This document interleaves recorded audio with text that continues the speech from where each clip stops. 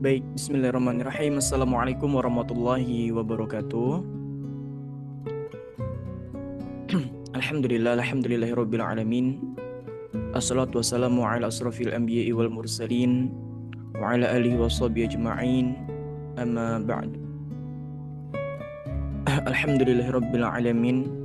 Bersyukur tiada hentinya kita kepada Allah Subhanahu wa taala yang pada malam hari ini Allah hingga saat ini masih memberikan kepada kita kesempatan untuk bertaubat, kesempatan untuk menuntut ilmu, kesempatan untuk berbuat baik, kesempatan untuk kita bisa memperbaiki diri kita.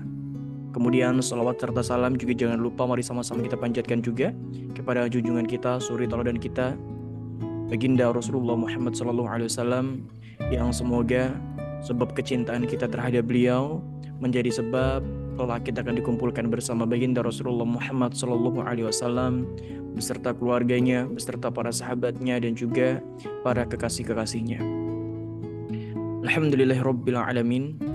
Teman-teman semua, pertama-tama kita bersyukur dan aku ingin mengucapkan terima kasih banyak kepada teman-teman yang udah hadir tepat waktu, on time, atau mungkin dari sebelum jam 8 tadi udah hadir.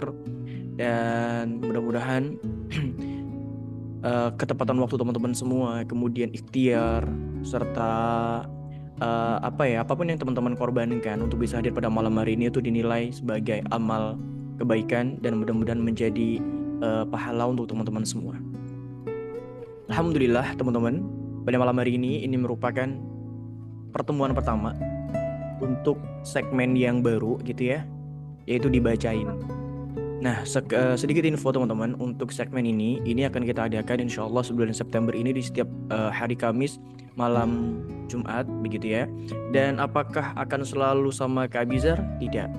Kalau teman-teman berpikir selalu dengan Kak Abizar, tidak. Nah, nanti bisa dengan Babe Teddy, bisa juga dengan Kak Praka, bisa juga dengan Kak Kalda, bisa juga dengan Mas Fajar gitu ya. Atau teman-teman yang lain yang mungkin nanti bisa kita undang juga untuk hadir di segmen ini. Nah, teman-teman semua, terkhusus untuk segmen ini, rulesnya atau aturan mainnya, itu teman-teman hanya boleh menanggapi atau hanya boleh bercerita atau hanya boleh menyampaikan sesuatu itu hanya lewat tulisan, hanya lewat chat saja. Tidak diperkenankan untuk open mic dan juga tidak diperkenankan untuk open cam ya. Open cam tuh boleh, tapi nggak boleh bersuara gitu. Karena memang khusus untuk segmen ini untuk hanya membaca dan menanggapi dari apa yang teman-teman tulis begitu ya. Dan teman-teman juga boleh menanggapi atau memberikan respon serta reaksi lewat chat saja. Begitu. Sehingga kalau misalnya teman-teman mau cerita, mau curhat begitu ya, itu hanya bisa lewat tulisan, tidak bisa lewat langsung begitu. Karena memang segmen ini khusus untuk membacakan tulisan-tulisan daripada teman-teman semua. Ini udah ada beberapa tulisan yang ada di handphone kakak ya, yang bisa kakak akses. Di sini ada sekitar 1, 2, 3, 4, 5, 6, 7, 8, 9, 10, 11, 12, 13, 14, 15, 16.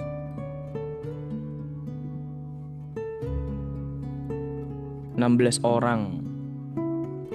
Kak, kalau misalkan baru mau kirim sekarang apakah boleh? Boleh, silakan. Ini juga ada yang baru ngirim. Ini jam 8:09. Wah, 1 menit yang lalu berarti. Masih boleh. Kalau teman-teman masih mau ngirim, boleh. Dan Kak, apakah identitas nyaman? Kalau di Kak Abizar itu sama sekali nggak muncul identitasnya, tapi nggak tahu sama Kak Praka selaku orang yang ngebuat website kayaknya juga nggak ini deh, nggak dikasih identitas kan, nggak boleh, teman-teman nggak ngisi nama, nggak ngisi nomor telepon juga, cuman ngisi tentang ceritanya saja. Sehingga insya Allah kakak nggak tahu ini yang nulis siapa segala macam, sama sekali nggak tahu, Allah nggak tahu, nggak ada di sini identitasnya gitu. Sehingga insya Allah semuanya akan aman, teman-teman bisa cerita mau ngomong apa, insya Allah aman. Ya, privasi dijamin aman begitu. Baik teman-teman, apakah bisa kita mulai? Jika bisa, coba ketik bisa Kak gitu. Karena ini ada 16 ya. Berarti ada 16 cerita teman-teman yang harus kita dengarkan, yang harus Kakak baca dan harus Kakak tanggapin. Belum nanti kalau misalkan ada yang menyusul gitu ya. Kalau ada yang menyusul itu baru lagi begitu. Gimana? Bisa kita mulai teman-teman? Ini ceritanya macam-macam, tadi Kakak sekilas ngebaca ya. Ada yang percakapan gitu ya, lucu banget. Teman-teman yang lain gimana, udah siap? Ntar Kak lagi nunggu GoFood misalkan gitu. Atau gimana? Udah siap belum? Bentar Kak. Oke, boleh. Kita santai aja teman-teman. Teman-teman bisa sambil ngemil kok. Bisa sambil ngemil, bisa sambil ngopi juga boleh. Nunggu dia peka. Oh, kirain nunggu ini. Nunggu dia diterima di PNS gitu ya. Karena kalau kata bangun semalam teh ini. Kalau nggak PNS nggak bisa jadi idaman mamamu. Tahu aja lagi nunggu GoFood. Padahal cuma nebak doang. Waduh, mantu idaman yang PNS aja guys katanya gitu. Oke, gimana Kak Bella? Udah bisa kita mulai? Udah siap? Oke, baik. Bismillah teman-teman. Ini aku akan ngebacain dari cerita yang pertama. Ini gercep banget ya. Dia ngirim jam 8. Jadi, Assalamualaikum Kak Abi. Aku mau cerita. By the way suara kakak jelas ya? Karena poinnya di suara gitu. Kalau suaranya nggak jelas jadi nggak ini nanti. Baik. Assalamualaikum Kak Abi. Aku mau cerita. Aku lagi jualan. Aku lagi jualan bakso aci, lagi break sekarang Kak. Insya Allah mau mulai jualan lagi Kak kalau ada calon imam kelak. Karena aku masih jomblo, abis nikah, cita-cita aku mau buka warung. Oh, abis nikah, cita-cita aku mau buka warung bakso aci Kak. Doain ya Kak, semoga aku istiqomah jualan bakso aci cuankinya. Amin. Masya Allah Kak, izin bertanya Kak. Kak Abi, agar kita istiqomah usaha jualannya, kita harus apa Kak? Makasih Kak, ini cerita aku, tolong dibacakan ya Kak. Jazakallah khairan.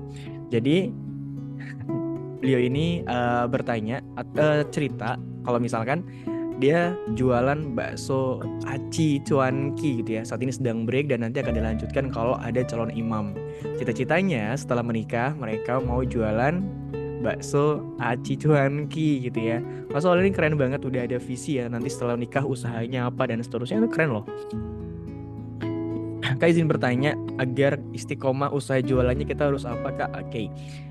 Istiqomah jualan karena kakak di sini juga bukan seorang penjual begitu ya. Tapi kakak juga tumbuh di lingkungan orang-orang yang berbisnis juga. Tapi untuk spesial untuk istiqomah jualan bakso aci, kakak nggak tahu ya seperti apa jualannya dan seterusnya. Tapi kunci daripada istiqomahan dalam hal apapun itu adalah ketika memang pertama itu harus didasari dengan niat yang lurus, dengan niat yang benar, dengan niat yang kuat, dan dengan tekad serta usaha juga yang kuat. Itu modal utama. Kemudian yang kedua, namanya bisnis atau usaha tentu harus ada hasil gitu ya. Orientasi kita memang niatnya selain untuk cari nafkah juga untuk ibadah kepada Allah. Namun yang namanya bisnis ya, utamanya itu untuk mencari nafkah. Oke, agak tumpang tindih. Jadi untuk cari nafkah, sehingga salah satu cara supaya istiqomah, maka gimana caranya bakso aci itu atau bakso cuanki usaha kami itu bisa menghasilkan. Sehingga kalau bisa menghasilkan, insya Allah nanti bisa sustain. Bisa ya, sustain maksudnya apa ya? Berkelanjutan gitu. Nggak hanya cukup sampai di situ. Terkadang kenapa para usaha, aku juga dulu pernah usaha keripik ya, kalau teman-teman tahu dulu banget. Itu kenapa stop ya, karena memang nggak profit gitu ya. Nah kalau udah nggak profit, nah itu udah jadi tanda tanya, kenapa ini nggak profit, ada masalah apa, itu bisa kita koreksi dan seterusnya. Tapi salah satu hal yang wajib banget dalam usaha supaya usaha itu istiqomah ya harus profit, harus menghasilkan. Kalau tidak menghasilkan ya untuk apa dipertahankan gitu, daripada rugi terus. Kurang lebih seperti itu dari mbak-mbak atau kakak-kakak yang bertanya tentang atau cerita tentang bakso hajinya. Yang kedua, Assalamualaikum Kak Abi, makasih banyak ya udah memfasilitasi lapak buat ngeluarin unek-unek secara anonim. Kak, aku tipe orang yang punya empati yang cukup tinggi. Aku selalu menyuruh teman-teman aku kalau ada apa-apa bisa banget cerita ke aku. Aku senang sekali bisa mendengarkan unek-unek mereka, entah itu hal yang bahagia ataupun hal-hal yang bikin mereka jadi bad thinking, bad vibes, atau apapun itu. Aku senang sekali rasanya ketika mereka tahu bahwa ada yang peduli sama mereka, sayang sama mereka, dan aku senang sekali aku bisa sedikit membantu mengurangi rasa sesak. Oke, sebentar. Oke, bentar ya. rasa sesak, rasa gundah di hati mereka setelah mereka bercerita ke aku. Aku selalu menyemangati, memberikan word of affirmation ke mereka, bahkan tak sedikit pun memberikan saran dan pendapat. Jujur aku senang kak, tapi kak di sisi lain ketika aku berada di posisi itu, aku lebih banyak memendamnya sendiri. Ketika ditanya selalu jawabnya it's okay, nggak apa-apa, udah biasa, atau mentok-mentok udah cerita tapi cuma sedikit. Saat aku ingin bercerita, aku takut aku tidak mendapatkan feedback yang baik atau tanggapannya tuh acuh. Aku takut malah memberikan energi negatif ke mereka karena ceritaku. Itulah kenapa pada akhirnya aku cuma bisa mendem, ujung-ujungnya nangis. Terus ya udah ngomong sendiri sambil nyebut nama Allah dan selalu minta doa ke ibu, semoga aku bisa bertahan. Semoga aku diberikan kemudahan dan kekuatan. Kayaknya segitu aja deh kak. Udah kepanjangan banget nih soalnya. Hehe, wassalamualaikum. Waalaikumsalam warahmatullahi wabarakatuh. Di sini beliau tidak minta ditanggapi, tapi dia hanya bercerita tentang posisinya yang selalu menjadi tempat cerita bagi orang lain, tapi dirinya ketika mau cerita lagi ada masalah, dia nggak berani untuk cerita kepada orang lain, atau mungkin memang belum bisa menemukan tempat untuk dia bisa berkeluh kesah. Ya mudah-mudahan Allah menjaga kamu dimanapun kamu berada, dan mudah-mudahan kamu juga diberikan kekuatan, ketabahan. Semoga nanti ketika kamu memang udah waktunya untuk menikah, dipertemukan dengan seseorang yang bisa menjadi pendengar yang baik buat kamu, menjadi rumah buat kamu, sehingga yang mungkin selama ini ketika jomblo nih ya, kamu belum bisa untuk bercerita dengan leluasa, nggak ada tempat cerita. Mudah-mudahan nanti kamu bisa diberikan oleh Allah jodoh yang bisa menjadi pendengar yang baik, memeluk kamu, menjadi pereda kamu, dan selalu bisa menjadi penyembuh dari luka-lukamu. Amin. Oke, lanjut ke cerita nomor 3. Assalamualaikum kak, mau cerita kak, rasanya berat banget bertahan di kondisi ini, udah capek banget, pengen nyerah aja rasanya. Usaha maksimal udah saya lakukan. Saya sedang berada di kondisi yang seperti serba salah. Mundur salah, maju juga salah. Sampai-sampai masalah ini membuat saya dan keluarga saya stres. Mau pergi kemana-mana berat rasanya karena masalah ini belum selesai. Saya bingung banget kak harus seperti apa. Mungkin kalau bukan iman dan takwa yang menguatkan saya mengakhiri hidup saya. Segalanya saya sudah korbankan termasuk harta benda yang saya punya. Saya menyesal dan ngerasa bersalah sekali kepada Allah, tapi mengapa prosesnya seperti Allah persulit? Apakah Allah tidak ridho dengan apa yang saya lakukan? Allah maafin saya enggak ya kak atas semua salah yang saya lakukan? Mohon doanya kak dan teman-teman, semoga masalah ini Allah mudahkan dan cepat selesai supaya saya bisa menjalani hidup normal kembali. Amin. Di sini kakaknya tuh sedang menghadapi sebuah masalah, kayaknya bukan hanya dirinya saja, tapi kalau kita baca ya, dan kakak baca dari ceritanya, itu yang menghadapi ini adalah keluarganya juga. Ini berat teman-teman, mungkin kalau kita diuji sendiri gitu ya, mungkin kita bisa untuk melewati itu semua begitu, dan kita akan fine-fine saja dalam menghadapi masalah itu. Tapi kalau misalkan sudah menyangkut dengan keluarga gitu ya, itu kadang tuh berat banget.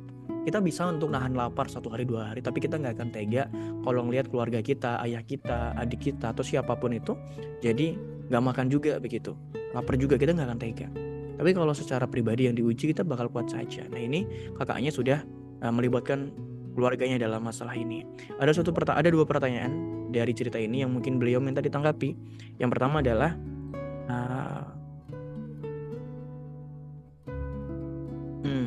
saya menyesal dan ngerasa bersalah sekali kepada Allah, tapi mengapa prosesnya seperti Allah persulit? Apakah Allah tidak ridho dengan apa yang saya lakukan?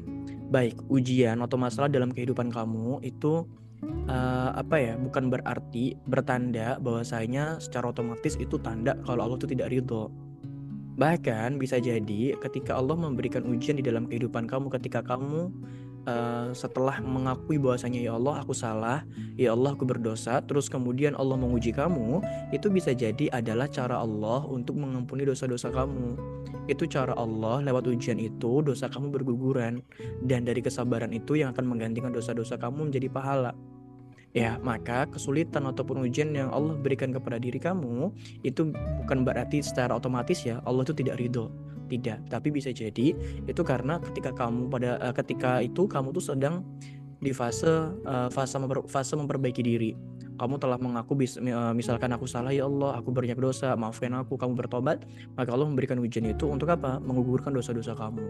Ya, kemudian dari dosa-dosa yang gugur itu digantilah pahala dari kesabaran-kesabaran yang kamu lakukan semasa ujian itu ada begitu. Kemudian, Allah maafin saya nggak ya Kak atas semua salah yang saya lakukan? Insya Allah rahmat Allah itu begitu luas teman-teman, luas banget. Makanya jangan pernah membatasi rahmat Allah itu dari sudut pandang kita sebagai manusia. Mungkin manusia memang sabarnya terbatas, manusia kemampuannya terbatas, kasih sayang dan cinta manusia itu terbatas. Namun percayalah bahwasanya manusia, rahmatnya, kasih sayangnya, cintanya itu tidak memiliki batas. Ya, tidak memiliki batas. Maka mungkin teman-teman sering sekali mendengar kalimat, apabila dosamu sebesar kapal, maka ingatlah bahwasanya rahmat Allah itu seluas lautan. Kalau misalkan dosa kamu sebesar bumi, maka ingatlah bahwasanya rahmat Allah itu seluas alam semesta. Maka jangan pernah berputus asa. Namun ketika kita tahu Allah Maha Pengampun dan rahmatnya begitu luas, jangan sampai itu membuat kita untuk bermudah-mudah dalam maksiat. Tidak boleh juga seperti itu, gitu ya. Jadi harus ada roja dan ada khaufnya, ada harapan untuk mendapatkan rahmat Allah, dan ada ketakutan di dalam diri kita untuk melakukan kemaksiat kepada Allah Subhanahu wa taala, seperti itu. Oke, kita lanjut ke cerita nomor 4. Ini panjang sekali. Gak apa-apa. Mari kita bacain. Assalamualaikum Kak, saya mau cerita tentang perasaan beberapa hari belakangan ini. Gak tahu kenapa saya merasa beda aja gitu. Beda dalam hal artian ada rasa takut atau khawatir dengan sesuatu yang sulit digambarkan dan dijelaskan dengan kata-kata. Tapi singkatnya gini, gak tahu kenapa tiba-tiba saya merasa kayak gak nyaman dengan banyak orang. Ada rasa ingin menjauh atau mungkin bisa dikatakan ingin menghilang. Tapi di sisi lain, saya coba mengendalikan diri, menganggap semua baik-baik saja. Masalah saya kali ini bukan pada masalah ujian hidup atau masalah luar, tapi kayak masalah ini ada di diri saya sendiri, bingung sama diri sendiri. Saya merasakan ketenangan setelah selalu coba dekatkan diri kepada Allah. Saya merasa semuanya baik-baik aja, tapi di balik itu terselip hal di pikiran atau perasaan saya. Nggak tahu apakah ini bentuk evaluasi dari diri saya supaya jadi lebih baik, memperbaiki apa yang perlu diperbaiki dari sebelumnya atau gimana. Saya terkadang punya pikiran negatif jika share hal-hal kebaikan di sosmed Kak, karena merasa belum bisa menjalankan apa yang di-share. Kayak merasa kamu share ini dan itu, tapi kamu sendirinya malah begitu dan begini. Ya mungkin ini pikiran was-was datang dari setan, tapi saya ada sedikit sulit untuk mengendalikan diri saya agar tidak menyalahi pikiran-pikiran itu. Hati saya menolak, tapi akal pikiran kayak seolah-olah mengatakan itu benar adanya. Menurut Kakak bagaimana dan apa yang harus dilakukan? Baik teman-teman, memang setan itu tidak akan pernah berhenti dalam menggoda orang-orang yang beriman. Tidak akan pernah berhenti. Cara-cara apapun itu yang mereka bisa lakukan untuk menggoda kita, untuk menggoda keimanan kita, itu kan mereka terus lakukan. Salah satunya adalah membuat kita ragu, membuat kita merasa tidak pantas, membuat merasa kita takut untuk menyebarkan kebaikan. Itu juga merupakan salah satu cara-cara setan. Maka ketika kita hendak berbuat baik, ketika kita hendak melakukan kebaikan, lakukan saja. Kak, gimana kalau misalnya aku merasa masih banyak dosa? Semua manusia itu punya dosa, punya aib. Siapapun, bahkan kata Al-Imam Hasan Al-Basri, ya, kalau misalkan menunggu kalau misalkan berdakwah nunggu orang itu suci, maka seketika tidak akan ada orang yang pantas untuk berdakwah. Karena sejatinya tidak ada manusia suci selain baginda Rasulullah Muhammad SAW. Maka dakwah, share apa yang bisa kamu share, bagikan apa yang bisa kamu bagikan, ya. Buang rasa was-was itu. Namun juga harus dengan evaluasi diri, ya harus tetap terus dalam memperbaiki diri. Bukan mentang-mentang boleh untuk nge-share kebaikan meski kita belum baik, tapi kita semena-mena, kita nggak mau memperbaiki diri, kita nggak mau untuk coba improve diri kita. Nah itu juga salah. Ya, kita tetap nge-share kebaikan, tapi dengan selalu proses memperbaiki diri. Nah di dalam proses memperbaiki diri itu mungkin akan ada rasa kayak takut atau akan ada rasa kayak salah, ngerasa bersalah. It's okay, nggak apa-apa. Nah, kita mulai lagi, kita jalan lagi gitu. Kita terus memperbaiki diri sembari menyebarkan kebaikan. Jadi jangan stop. Itu adalah was-was daripada setan untuk menghentikan kamu agar tidak berdakwah. Nah ini step 1 dari setan. Kemudian step 2, nanti kamu udah mulai berani untuk berdakwah. Nah ketika kamu udah mulai berani untuk berdakwah atau menyebarkan kebaikan, itu akan mendapatkan 2 respon. Yang pertama, respon dari orang-orang yang support kamu. Itu akan memuji, kemudian mensupport kamu, akan memberikan kata-kata manis kepada diri kamu. Wah hebat ya, keren ya. Itu juga ujian. Maka jangan lalai teman-teman, ketika kita hendak memperbaiki diri, ada orang-orang yang memuji, maka jangan lalai. Itu juga bagian daripada ujian. Langkah kedua setan adalah akan membuat diri kita tuh ujub. bangga dengan prosesnya kita akan merasa, setan itu akan membisikkan kepada kita, wah kamu hebat ya, kamu keren, kamu sekarang udah paling baik, kamu sekarang udah ahli surga, orang lain tuh di bawah kamu, orang lain tuh derajatnya di bawah kamu begitu. Nah itu langkah setan selanjutnya. Maka jangan terlena.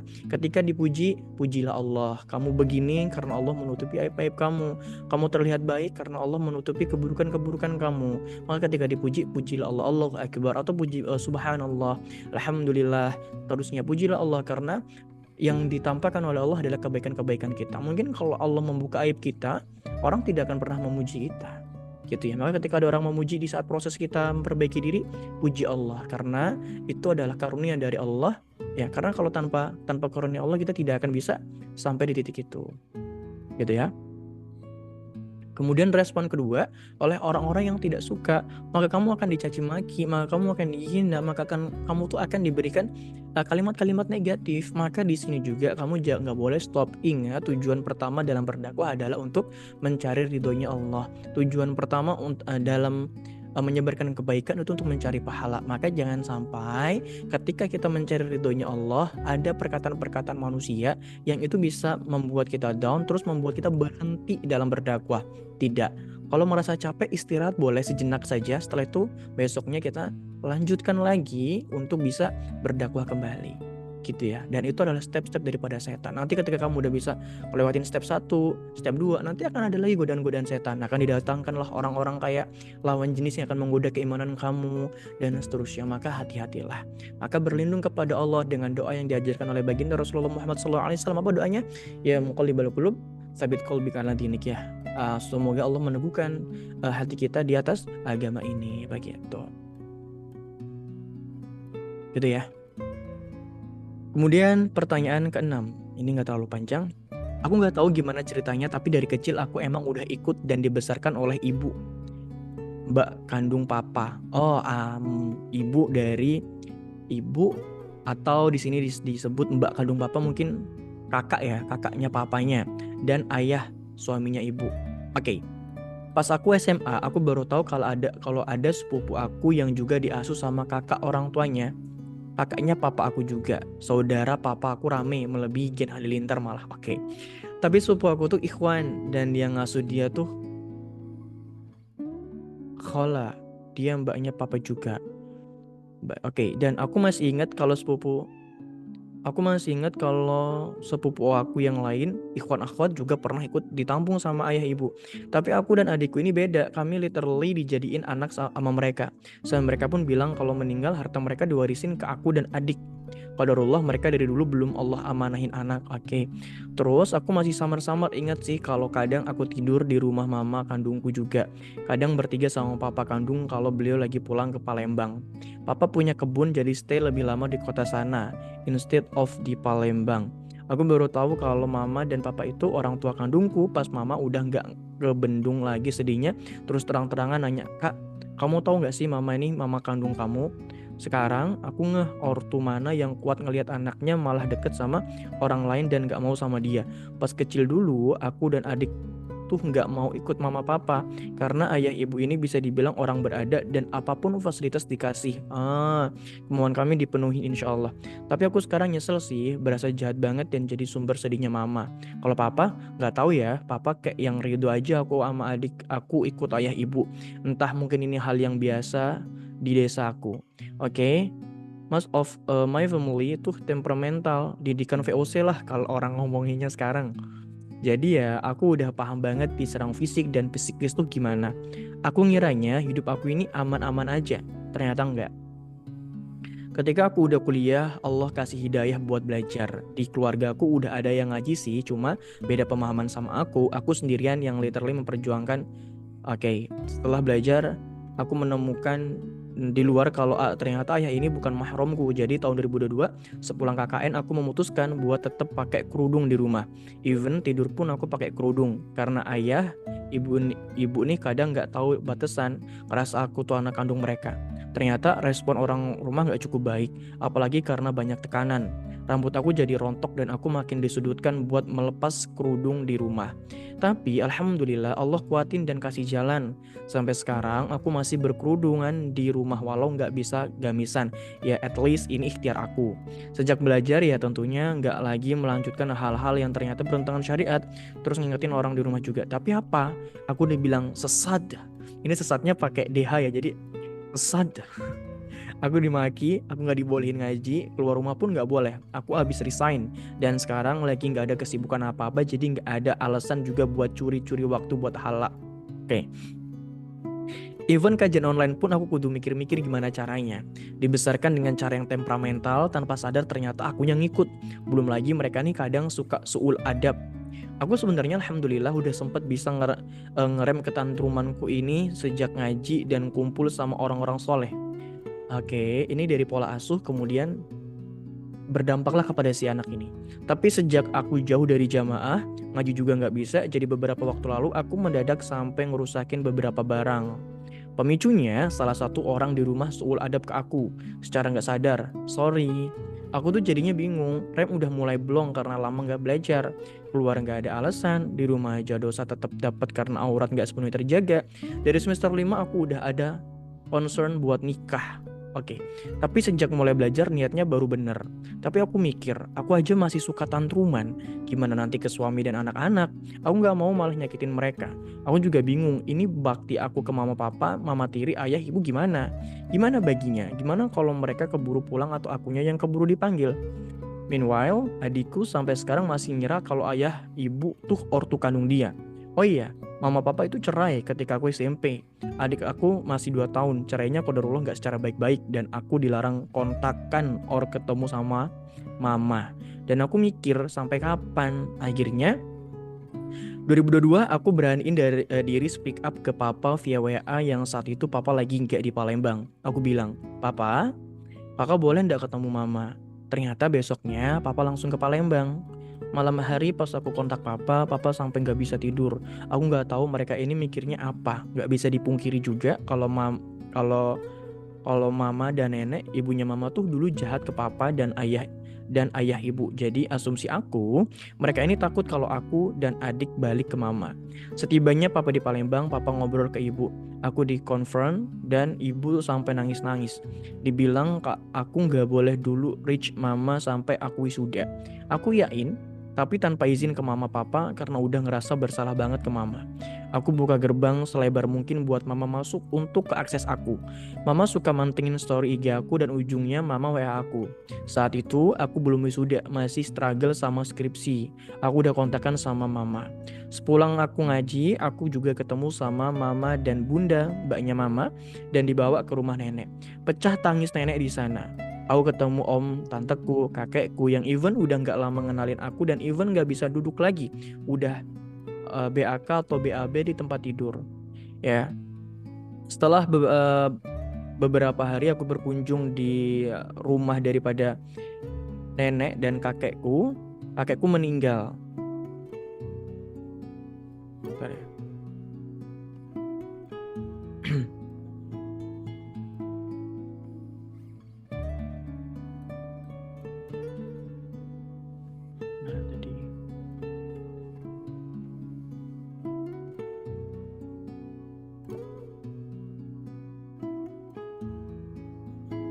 Oke.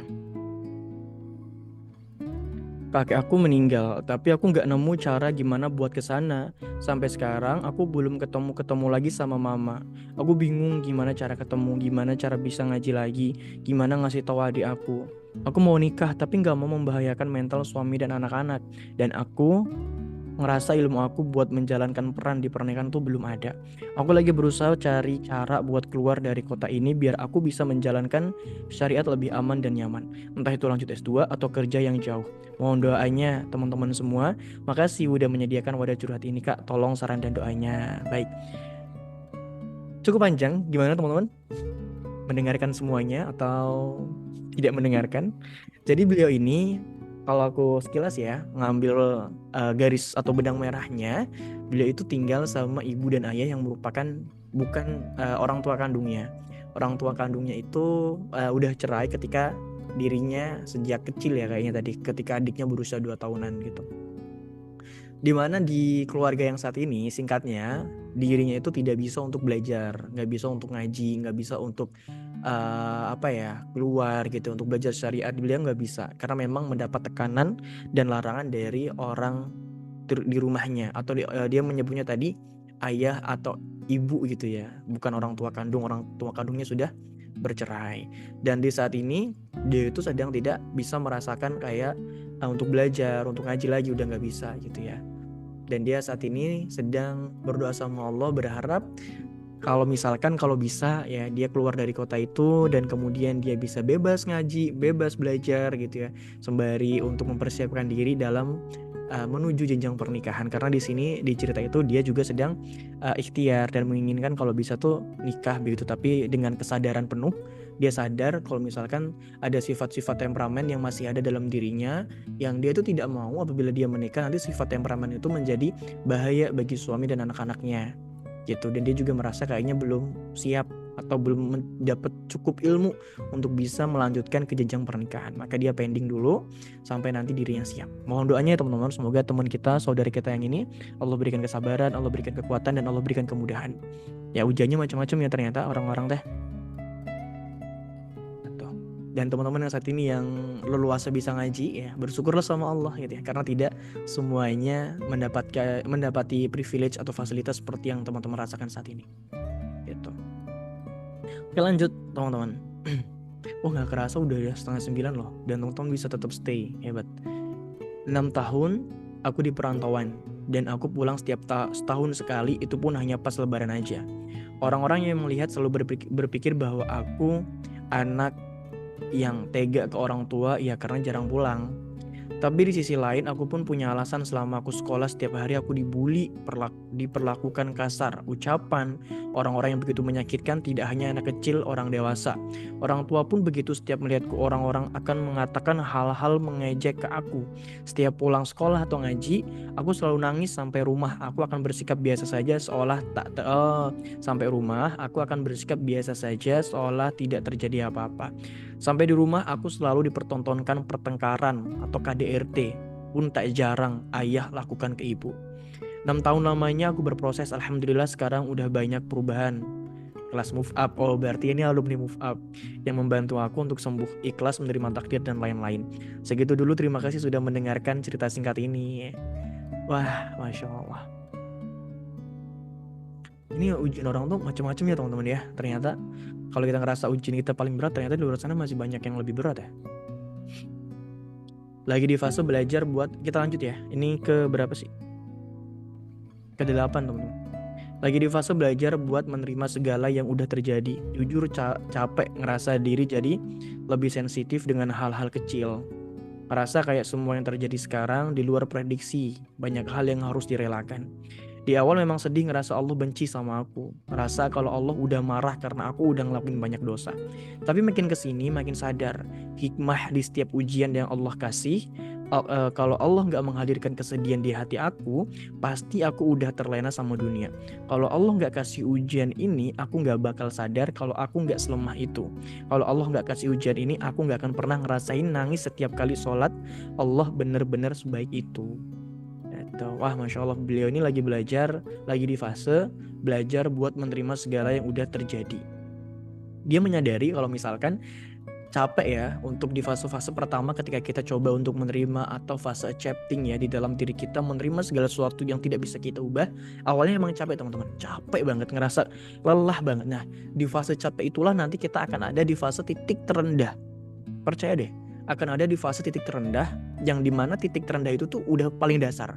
Kalau kamu bisa sabar sampai di titik terendah itu dari ujian yang saat itu kamu sedang alami, percaya deh, pelan-pelan nanti itu diri kamu tuh akan kuat gitu ya, sehingga akan pelan-pelan naik lagi. Akan pelan-pelan diri kamu tuh berdamai begitu. Mungkin masalahnya akan tetap ada, masalahnya belum hilang, tapi karena diri kamu sudah terbentuk ya, karena diri kamu sudah kuat begitu ya. Jadi masalah-masalah tadi yang awalnya berat ya, itu akan terlihat biasa saja atau akan terasa biasa saja gitu. Akan ada kamu di fase yang paling bawah, kamu bakal nangis-nangisnya, sakit sesakit-sakitnya. Tapi kalau udah di fase itu udah Allah bentuk tuh jiwa kamu dengan baik, dengan kuat. kamu akan jatuh, sakit iya, tapi setelah kamu di fase itu, ya kamu tetap sabar, kamu tetap ikhlas, kamu tetap ridho daripada ujian yang Allah berikan kepada diri kamu, gitu ya. Kemudian setelah beberapa lama, percayalah, ketika Allah udah kuatin jiwa kamu, masalah yang tadi awalnya begitu berat dalam kehidupan kamu, itu akan terlihat biasa saja, akan terasa biasa saja. Dan itulah nanti kamu yang akan pelan-pelan menyelesaikan masalah itu dalam kondisi yang udah lebih baik. Percaya deh. Jadi jangan pernah berpikir kalau kamu di fase terbawah, kamu langsung maksiat. Tidak. Allah sudah menguji kamu, dan gak akan mungkin kamu tuh selamanya di dasar itu. Manusia tuh adaptif teman-teman orangnya, dinamis gitu ya, bukan statis kayak robot. Kalau robot diprogram A ya udah A gitu, gak bisa ngapa-ngapain. Tapi kalau manusia itu dinamis. Semakin kita ditekan, semakin kita jadi kuat. Dan kalau udah kita di fase paling bawah, beberapa lama, beberapa bulan di fase itu akan membuat kita kuat. Yang masalahnya mungkin akan tetap ada, tapi next time masalah itu akan terlihat biasa saja. Jadi kuncinya sabar, gitu. Next, ke-9. Wah, ini seru nih. Ntar seberapa panjang ini? Oke, ini panjang sekali teman-teman. Aku harap rahasiain identitas aku ya kak. Oke. Bentar. Hai kakak, terima kasih ya udah mau bacain cerita aku. Jadi gini, aku anak pertama dari 3 bersaudara. Keluarga kami terbilang cemara karena kami punya orang tua yang sangat hebat, perhatian dan mementingkan pendidikan anak-anaknya. 23 tahun sudah ayah dan ibuku berumah tangga, dan umurku 22 tahun. Namun di usiaku yang ke-21 tahun, tepat di 22 tahun pernikahan mereka, semua itu berubah. Ayahku mengenal wanita lain dan menjalin hubungan di belakang ibuku. Saat itu aku berkuliah di semester 6. Bagaimana aku bisa tahu sementara aku di rantauan? Jadi begini, saat itu aku sibuk-sibuknya kuliah dengan tugas-tugas yang sangat padat untuk mempersiapkan PLB dan KKN di semester yang akan datang. Malam itu setelah aku menyelesaikan tugasku sekitaran jam 11 malam, aku mendapati pesan di salah satu sosial mediaku. Ini disebutkannya OA, mungkin O itu orang, A itu aku gitu ya. Adik, ada masalah kah? Alhamdulillah tidak bang, yakin. Iya yakin, emang kenapa? Masalah apapun itu? Tidak ada, masalah aku sekarang cuman berperang dengan tugas-tugasku. Belum tahu adik, apa tuh? Kalau abang bilang yakin tidak nangis atau histeris, saat itu aku gemeteran, takut mendapati berita yang tidak diinginkan. Terutama saat itu pikiranku berita kematian. Oke, jadi dia mendapatkan kabar dari seseorang, di sini nggak disebutin namanya, tapi manggilnya bang, mungkin ya tetangga, sepupu atau siapa ya. Si Fulan bercerai dikarenakan ayahmu. Hah? Maksudnya? Iya, mereka berselingkuh. Aku terdiam, lalu segera menelpon ayahku. Aku mempertanyakan segalanya di saat itu. Jawaban ayahku tak mampu menenangkanku. Keesokan harinya kuputuskan untuk pulang kampung, karena aku takut terjadi apa-apa kepada ibuku. Jika ia tahu sementara ayah menyuruh dirahasiakan dulu dari ibuku. Singkat cerita, akhirnya ibuku tahu dari temannya. Jelas beliau tidak menyangka suami yang baik, bahkan ayah yang baik, melakukan hal yang sangat menjijikan tersebut. Lalu ayahku dikenai hukuman secara adat karena dia terbukti bersalah.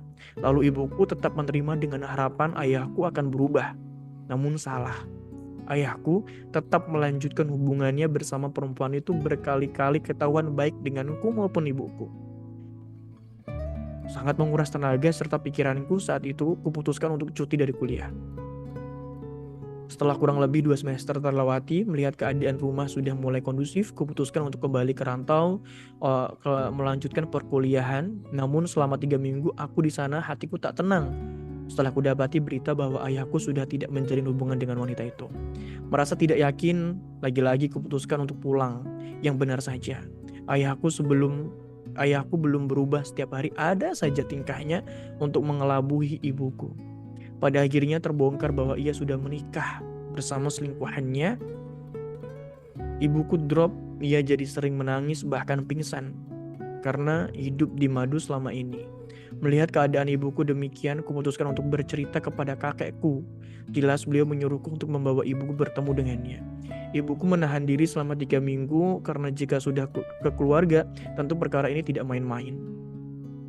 Akhirnya ibuku tak mampu menahan sakit yang ia rasa sehingga percekcokan di antara mereka kerap terjadi. Ayah memutuskan pergi dari rumah dengan membawa barang-barangnya. Pada malam itu dan siangnya kami pergi menjumpai kakek, ayah dari ibuku. Mendengar cerita yang kami ceritakan, kakek memutuskan bahwa kami tidak boleh pulang sementara waktu, dikarenakan takut terjadi hal-hal yang tidak diinginkan. 1 minggu pertama kami tinggal di tempat kakek, kami mendapati ayahku menikah untuk kedua kalinya bersama selingkuhan, lengkap dengan keluarga selingkuhannya, dan selingkuhannya sudah hamil sekitar 5 bulan. Aku sebagai anak sangat sikseksoka mendengarnya. Aku menangis jadi-jadinya. Jijik, geli bercampur aduk. Tidak bisa kubayangkan ayahku mempunyai anak dari selingkuhannya. Ayah selingkuh saja sudah berapa banyak hujan yang kami terima, berapa banyak kata pedas yang kami terima, ditambah dengan berita yang seperti itu. Setelah kami putuskan bersama ibu untuk pulang sebentar, yang benar saja ayah tiba-tiba ada di rumah dan dengan gagahnya dia berjualan di warung ibuku. Aku bercekcok dengannya, meluapkan kekesalanku, dan hampir saja pisau melayang ke kepalaku. Dengan sigap, dia berlari meninggalkan aku dan ibu. Kami putuskan untuk kembali pulang ke tempat kakek dan menceritakan hal yang terjadi. Akhirnya ibuku bulat untuk bercerai. Beberapa kali ibu membujuk ayah untuk menceraikannya. Namun sebanyak itulah ayah menolak. Bahkan saat itu bersamaku, kami hampir terkena lemparan barang darinya. Keadaan ibuku lemah saat itu, bagaimana tidak suami yang ia sayangi berkhianat kepadanya. Setelah banyak pengorbanan yang ia lakukan, tepatnya tadi malam, kakekku dan paman-pamanku mencari ayah lalu duduk merundingkan hal itu. Lama mereka membujuk ayahku, akhirnya beliau melunak dan menceraikan ibuku. Pada saat ini, aku sudah melanjutkan kuliahku. Alhamdulillah, terima kasih ayah sudah memberikan contoh bahwa pergaulan bebas itu sangat berbahaya. Terima kasih ayah sudah mau meringankan beban kami. Terima kasih ayah atas pelajaran hidupnya. Kakak tetap menyayangi ayah walau apapun yang telah terjadi. Ayah tetap ayah kakak. Cuman bedanya sekarang tidak bersama ibu kami. Semoga ayah sehat selalu ya. Kakak rindu ayah. Wah. Gila. Wow. Oh.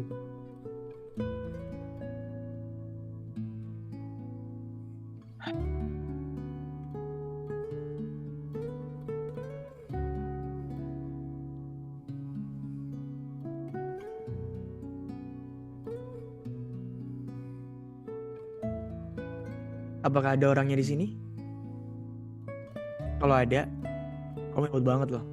Kamu bisa cerita ini, kamu bisa sharing tentang hal ini, kamu bisa menceritakan sedetail itu kejadian-kejadiannya. Kamu hebat banget.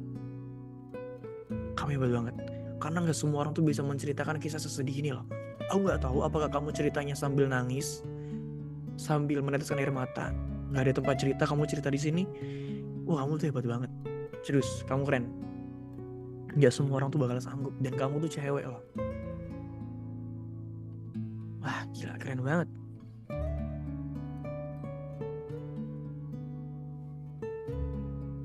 Jadi ini ya, jadi kayak malu sendiri kalau kita merasa ujian kita paling berat gitu. Ternyata ini ujiannya, wah ya Allah.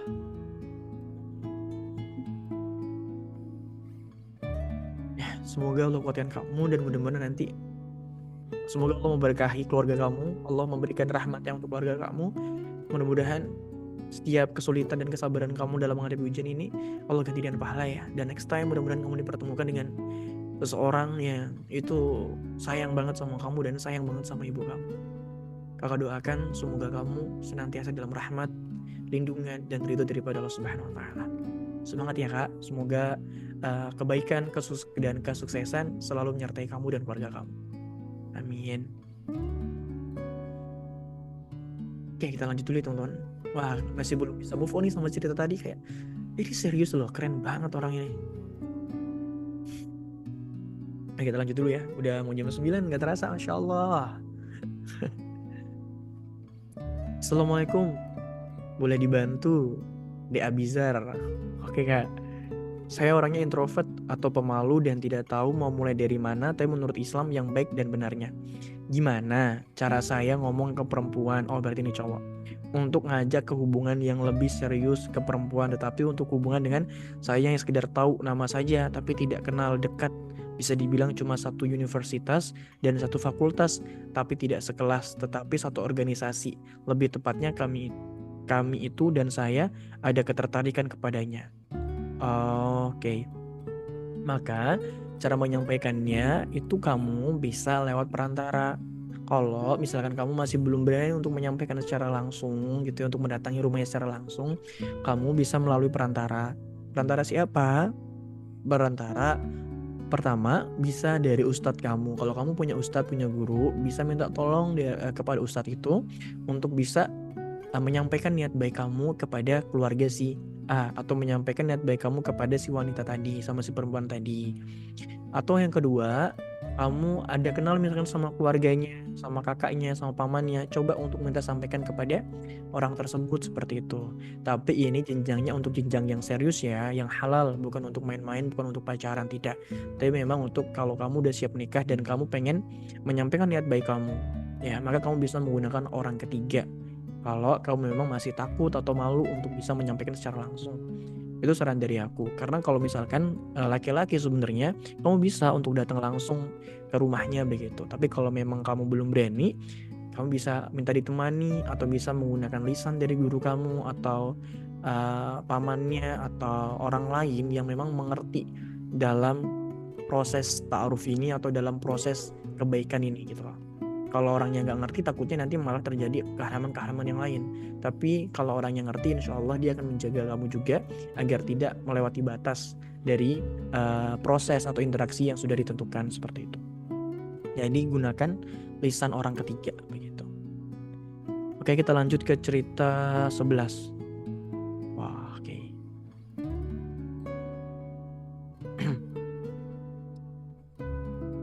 Bismillah. Aku ingin berbagi sedikit cerita. Bagaimana aku yang dulu selalu menyalahkan diri sendiri karena aku ibu pergi. Kira-kira begitulah. Dan bagaimana Allah membawaku pada nikmatnya ikhlas. Setelah sekian lama tak kutemukan makna ikhlas itu sendiri. Jika ditanya, apa yang paling menyakitkan selama kurang lebih 21 tahun ini? Ya, kehilangan ibu. Sampai sekarang, aku tak menangis kecuali karena rindu. 6-7 tahun di pesantren tak membuatku paham makna mengikhlaskannya. Aku merasa akulah anak yang tak beruntung. Namun perjalanan hampir 2 tahun di negeri orang ini membuatku sadar. Jika kata beruntung dipandang dengan kacamata tak berayah atau tak beribu, aku bisa katakan aku jauh lebih beruntung dari kebanyakan anak-anak yang kulihat di sini atau anak-anak yang menjadi mujahid di Palestina. Aku beruntung aku masih punya ayah, masih ada orang yang menyayangi, memenuhi semua kebutuhanku, juga mendoakanku.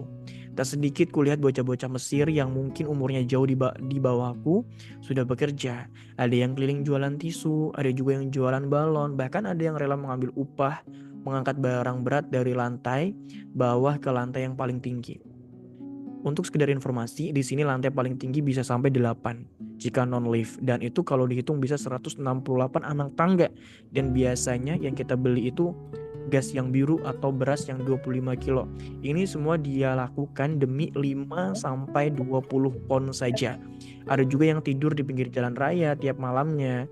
Di sisi lain kita bisa melihat bagaimana anak-anak seumurannya menikmati hidup, bisa sekolah.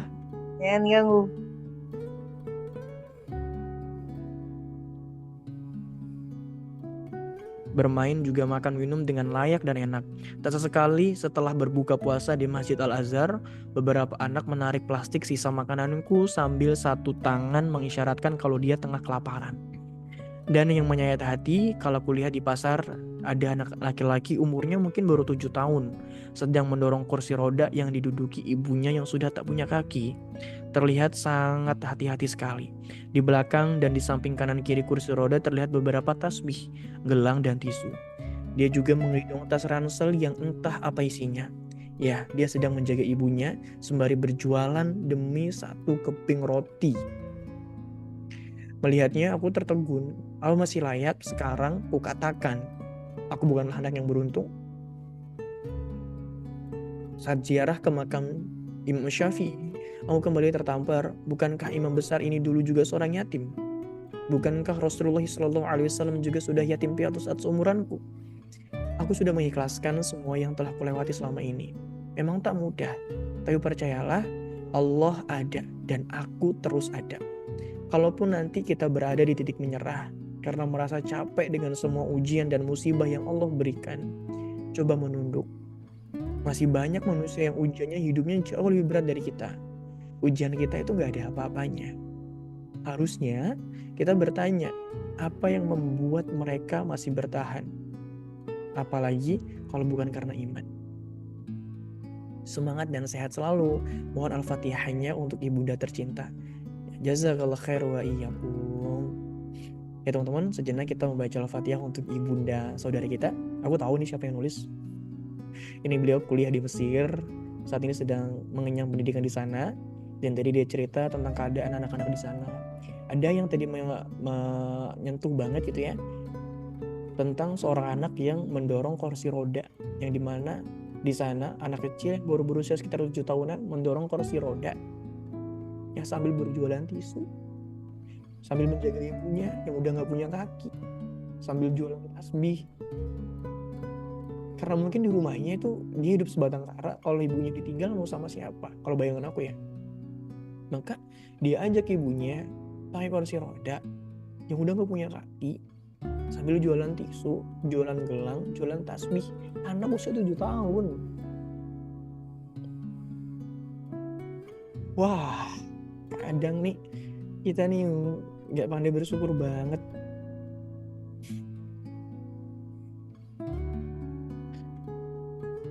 Coba bayangin, anak usia 7 tahun teman-teman, harus merawat ibunya sambil jualan tisu, ibunya udah gak punya kaki. Allahu Akbar. Ya Allah, maafkan kami kalau misalkan masih kurang bersyukur, ya Allah, maafkan kami. Mau dilanjutin apa cukup? Mau dilanjutin atau cukup teman-teman?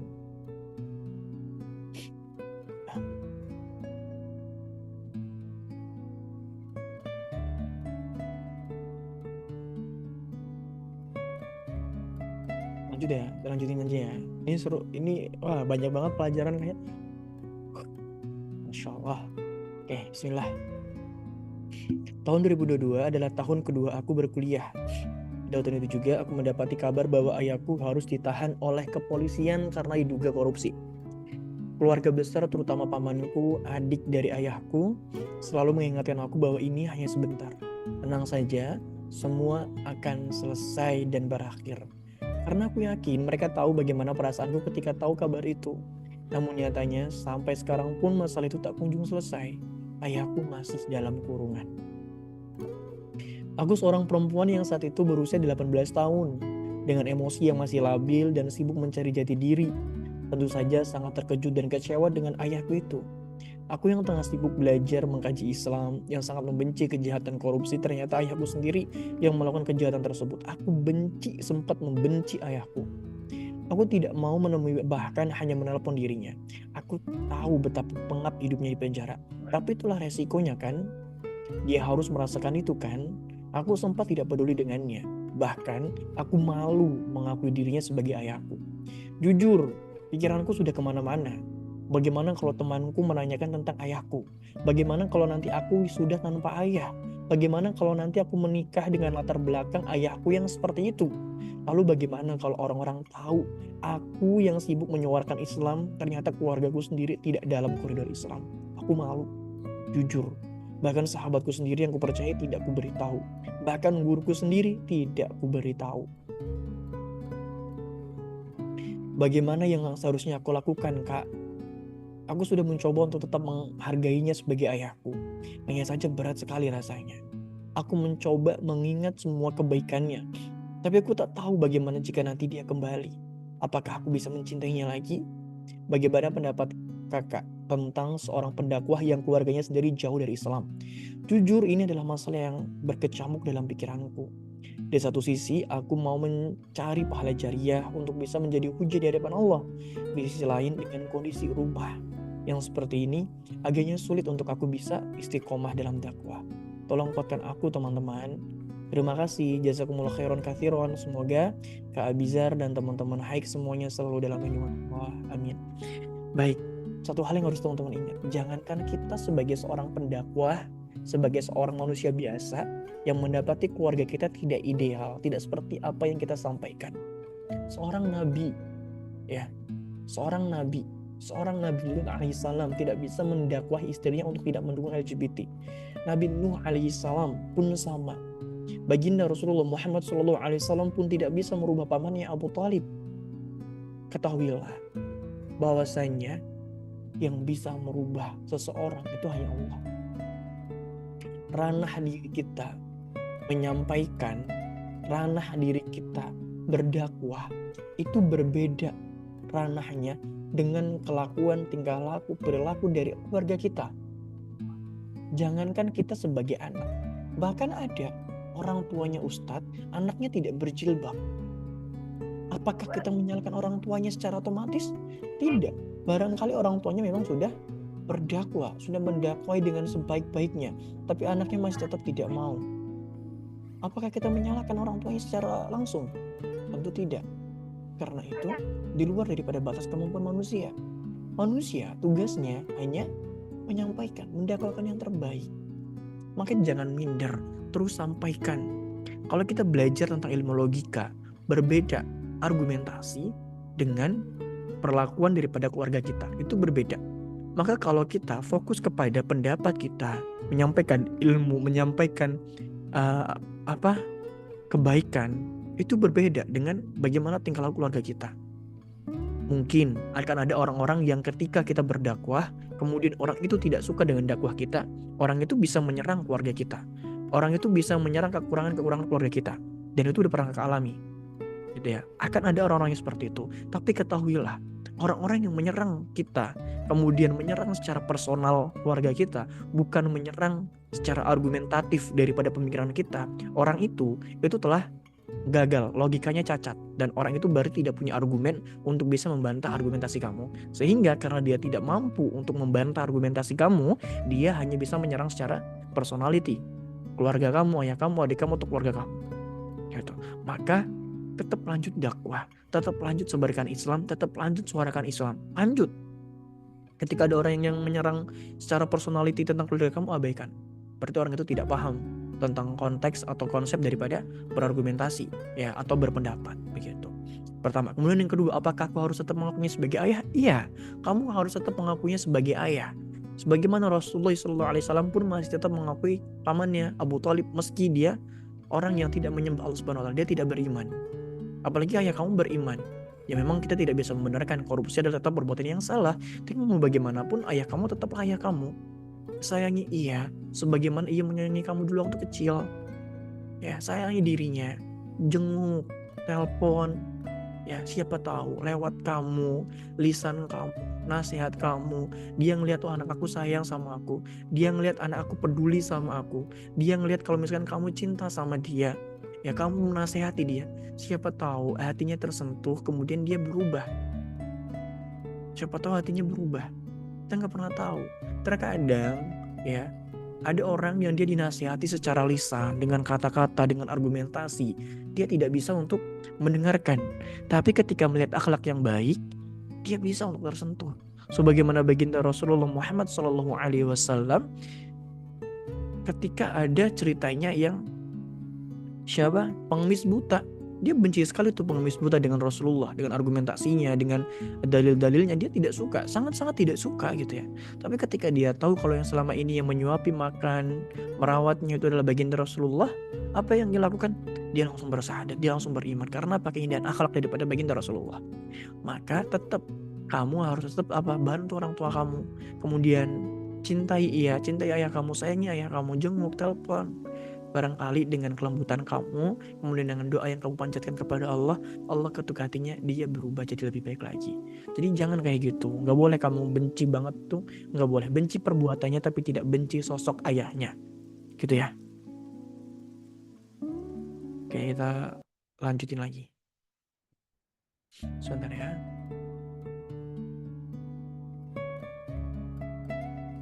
Mau cerita ini Kak, cuma nanti aja. Oke. Wah. Assalamualaikum Kak, izin bercerita. Akhir-akhir ini rasanya capek banget. Entah karena apa, tapi kayak capek aja gitu. Capek fisik iya, capek pikiran iya. Pulang kerja energi kayak habis jadi 0%. Dan dimana di tempat kerja aku tuh harus full energi, walaupun kadang energiku tuh sebenarnya lagi low. Tapi dipaksain harus full energi di hadapan siswa, berarti guru. Karena kalau energi aku low di hadapan mereka, mereka nantinya malah enggak semangat. Gimana ya caranya agar energi kita itu tetap stabil? Hadis orang tua buta itu hadis lemah atau hadis palsu. Hadis lemah ya dhaif itu masih bisa dipakai kalau misalnya itu sejarah. Sirah itu masih boleh pakai hadis dhaif. Yang nggak boleh pakai hadis dhaif itu adalah berkaitan dengan akidah. Itu nggak boleh. Harus sahih, harus benar-benar sahih kalau misalnya harus berkaitan dengan akidah. Tapi kalau untuk sirah itu boleh untuk pakai hadis dhaif. Gitu ya teman-teman. Ada sebenarnya tadi tentang energi supaya nggak lemah, nggak lowbat gitu. Gimana? Maka pertama harus kita sadari teman-teman, di dalam kehidupan kita itu memang akan ada fase atau masa atau waktu yang kita tuh bisa dikatakan lagi capek. Ya itu memang kayak itu. Kadang lagi capek, kadang lagi down, kadang lagi lemah imannya, lagi lemah semangatnya. Memang ada fasenya gitu ya. Tidak semua atau tidak seumur hidup kita akan mendapati fase kita itu energinya full terus tuh enggak. Ada kejadian-kejadian yang akan membuat kita capek. Akan ada kejadian-kejadian yang membuat kita lemah. Akan ada tuh hal-hal kayak gitu. Tapi yang terpenting adalah ketika diri kita sedang lemah energinya, kita tuh tahu, kalau energiku lagi lemah, apa sih aktivitas atau kegiatan yang bisa meningkatkan mood atau energi aku. Nah, maka langkah pertama yang harus teman-teman lakukan adalah kenali diri kamu dulu. Kamu akan mendapati mood yang bagus ketika kamu mengerjakan apa. Kamu akan mendapati mood yang jelek ketika kamu mengerjakan apa. Kamu akan mendapati semangat kamu kembali kalau kamu itu bisa makan apa. Misalkan ada orang yang aku lagi bad mood, aku akan semangat lagi atau mood aku akan bagus kalau misalkan aku makan coklat, misalnya ada gitu ya. Ada juga orang yang aku akan bagus lagi moodnya kalau aku diberi waktu untuk sendirian, untuk diem sendirian gitu. Ada juga yang kayak gitu. Maka kenali diri kamu dulu. Setiap orang tuh biasanya beda-beda treatnya. Ya, maka kenali diri kamu, kenali aku tuh akan bahagia ketika, aku akan semangat ketika, aku akan sedih ketika, aku akan malas ketika. Kamu harus cari tahu dulu itu. Nah, ketika kamu sudah tahu, barulah kamu sadar, oh ini aku lagi low, lagi malas, lagi lemah. Ini aku harus ngapain ya? Nah, kamu harus tahu, kamu udah tahu itu. Cara mengatasi diri kamu sendiri kamu udah tahu. Itu adalah pentingnya untuk kita mencari tahu tentang diri kita tuh bagaimana. Gitu. Ya, kemudian selanjutnya ketika kamu sudah tahu diri kamu seperti apa, karakternya seperti apa, kamu semangat karena apa, kamu nggak semangat karena apa, barulah setelah itu ketika ada fase-fase yang seperti itu, kamu nggak lagi bingung. Kamu nggak lagi bingung mau ngapain, mau makan apa tuh nggak lagi bingung. Tapi kamu udah tahu stepnya, aku harus ngelakuin ini, gitu.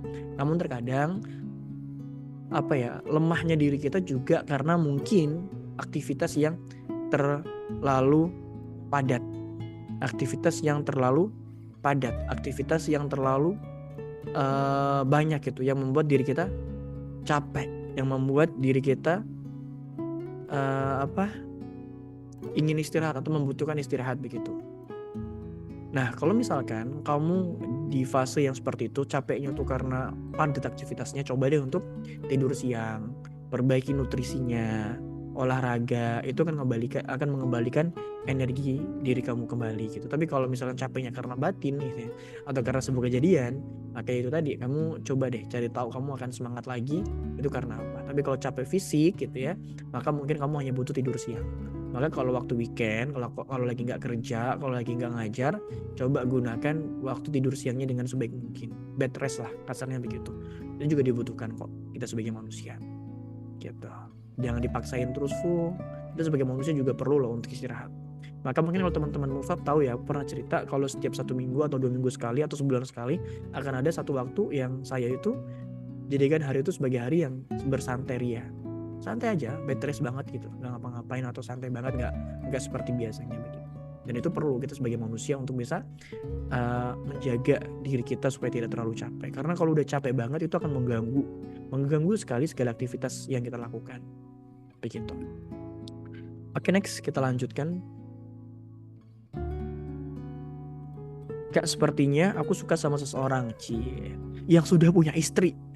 Wah, Anda mau jadi ini kayaknya mau jadi pelakor ini. Dan aku merasa dia juga memiliki perasaan yang sama. Ini dugaan saja ini. Aku tahu perasaan ini salah. Aku tahu ini nggak boleh. Tapi sudah ku coba untuk menolak perasaan ini, tetap nggak bisa. Saat aku mencoba untuk tidak mengingatnya dan mengalihkannya untuk memikirkan yang lain, malah mukanya terbayang dengan jelasnya. Tolong bantu aku, Kak. Astagfirullah. Ini suka sama laki orang, guys. Kok bisanya? Bahaya sekali nih.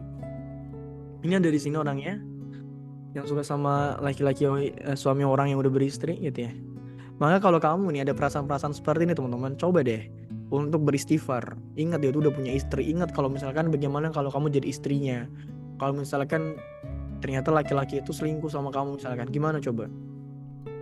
Jauh-jauh, jaga interaksinya, jangan dekat-dekat. Ya, minta tolong sama Allah untuk menjaga hati kamu. Minta tolong sama Allah untuk jauhkan perasaan-perasaan itu. Minta tolong sama Allah untuk menghentikan trigger itu gitu. Jangan sampai terlalu jauh, bahaya. Ini udah punya istri, mana laki-lakinya kelihatan suka lagi sama kamu katanya. Bahaya. Kamu harus menjauh dan kamu harus membentengi diri kamu. Kamu harus kuat, gak boleh lemah. Nanti lengah dikit jadi pelakor nanti kamu, gak boleh. Ya, pertama, sadari dia udah punya istri. Yang kedua, bayangkan kalau kamu jadi atau ada di posisi istrinya gitu ya. Yang ketiga, cari ilmu ya, belajar supaya tidak mudah untuk suka sama laki-laki. Kemudian yang keempat, minta tolong sama Allah ya, minta perlindungan, minta penjagaan, dan interaksi kamu serta diri juga dijaga. Sebisa mungkin untuk tidak ketemu, sebisa mungkin untuk tidak bertemu. Karena kalau udah ada perasaan kayak gini, kemudian sering bertemu, itu nanti jadinya kayak jadi ini ya, penyebab maksiat nanti jadinya. Jadi kita lanjut ya. Bingung mau mulai dari mana, banyak banget ini mah. Mungkin nanti kalau buat bahan deep talk sama mas suami kelak ya. Ya udah, gak usah cerita di sini, sama suaminya aja nanti. 2024 udah mau selesai. Pengen converse sama seseorang tapi nggak berani. Siapa di sini yang punya pikiran untuk converse sama crushnya?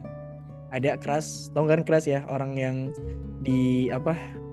yang jadi istilahnya tuh, yang pengen didapetin gitu ya, tapi belum kamu dapetin gitu. Dia pengen converse tapi nggak berani. Nah, kalau kamu mau converse, coba deh pikirkan resikonya. Kalau kamu converse itu apa yang akan kamu dapatkan. Kalau kamu nggak converse, apa yang akan kamu dapatkan juga.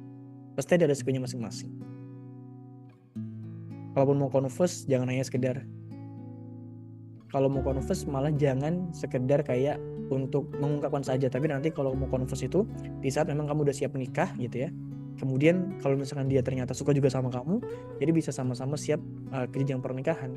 Tapi kalau misalkan converse di saat kamu belum siap, ternyata dia suka sama kamu, nanti gimana? Nanti bisa berujung kepada kemaksiatan. Jadi lebih baik tidak usah converse-conversean. Gitu ya. Saya malah dikejar sama bapak-bapak. Bapak-bapak, guys. Mau dijadiin ini mantu atau mau dijadiin istri? Assalamualaikum warahmatullahi wabarakatuh. Tanpa menyebutkan nama, salam kenal. Oke. Tulisan ini nggak apa-apa dibacain ke kalian yang ada di Zoom semuanya. Aku tumpahkan di sini sebagai renungan dan juga pelajaran bagiku. Sorry to say kalau bahasanya kurang baik, tapi semoga dapat dipahami. Aku selalu menyalahkan Tuhanku, Allah, karena takdirku, tapi aku tetap merindukannya walau aku jauh sekalipun. Bukan aku tidak suka karena tanpa sebab, sehingga semua yang terjadi dalam hidup berpengaruh besar sekali ketika kejadian itu ada. Semuanya berubah. Oke, kita mulai serius nih guys. Ketika kecil hidupku sama seperti anak pada umumnya. Hanya bermain, mungkin umurku masih di bawah 5 tahun, aku agak lupa. Aku rasa setiap hari aku happy dan akan baik-baik saja sampai aku dewasa. Namun setelah kejadian membuatku trauma pada hari itu hingga membawaku pada diri yang sekarang. Poin 1, ada seseorang yang menyembunyikanku ke tempat yang aku tidak tahu itu di mana. Ayahku pergi bekerja. Ayahku selalu mempercayakanku ke orang lain. Ketika ayahku pulang dari tempat itu, ternyata aku sudah di rumah papaku tanpa sepengetahuan ayahku. Agak sedikit membingungkan, tapi kita coba untuk lanjutkan dulu. Orang kepercayaan ayahku sudah mengkhianati ayahku, sehingga aku dan ayah tidak akan bisa bertemu. Orang kepercayaan ayahku menerima uang banyak dari seseorang, sudah almarhum, untuk mendapatkan aku.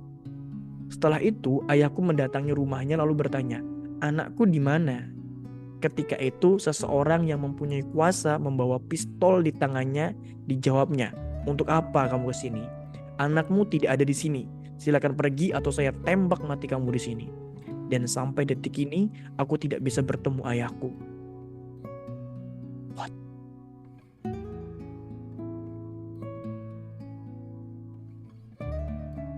Cerita ini aku tahu dari anak istri kedua ayahku yang biasa aku panggil Mbak. Informasi itu dia dapatkan dari ayahku langsung, karena tidak ada semua keluargaku yang memberitahuku sampai sekarang. Karena mereka menutupi semua kesalahannya padahal aku sudah mengetahuinya. Oke.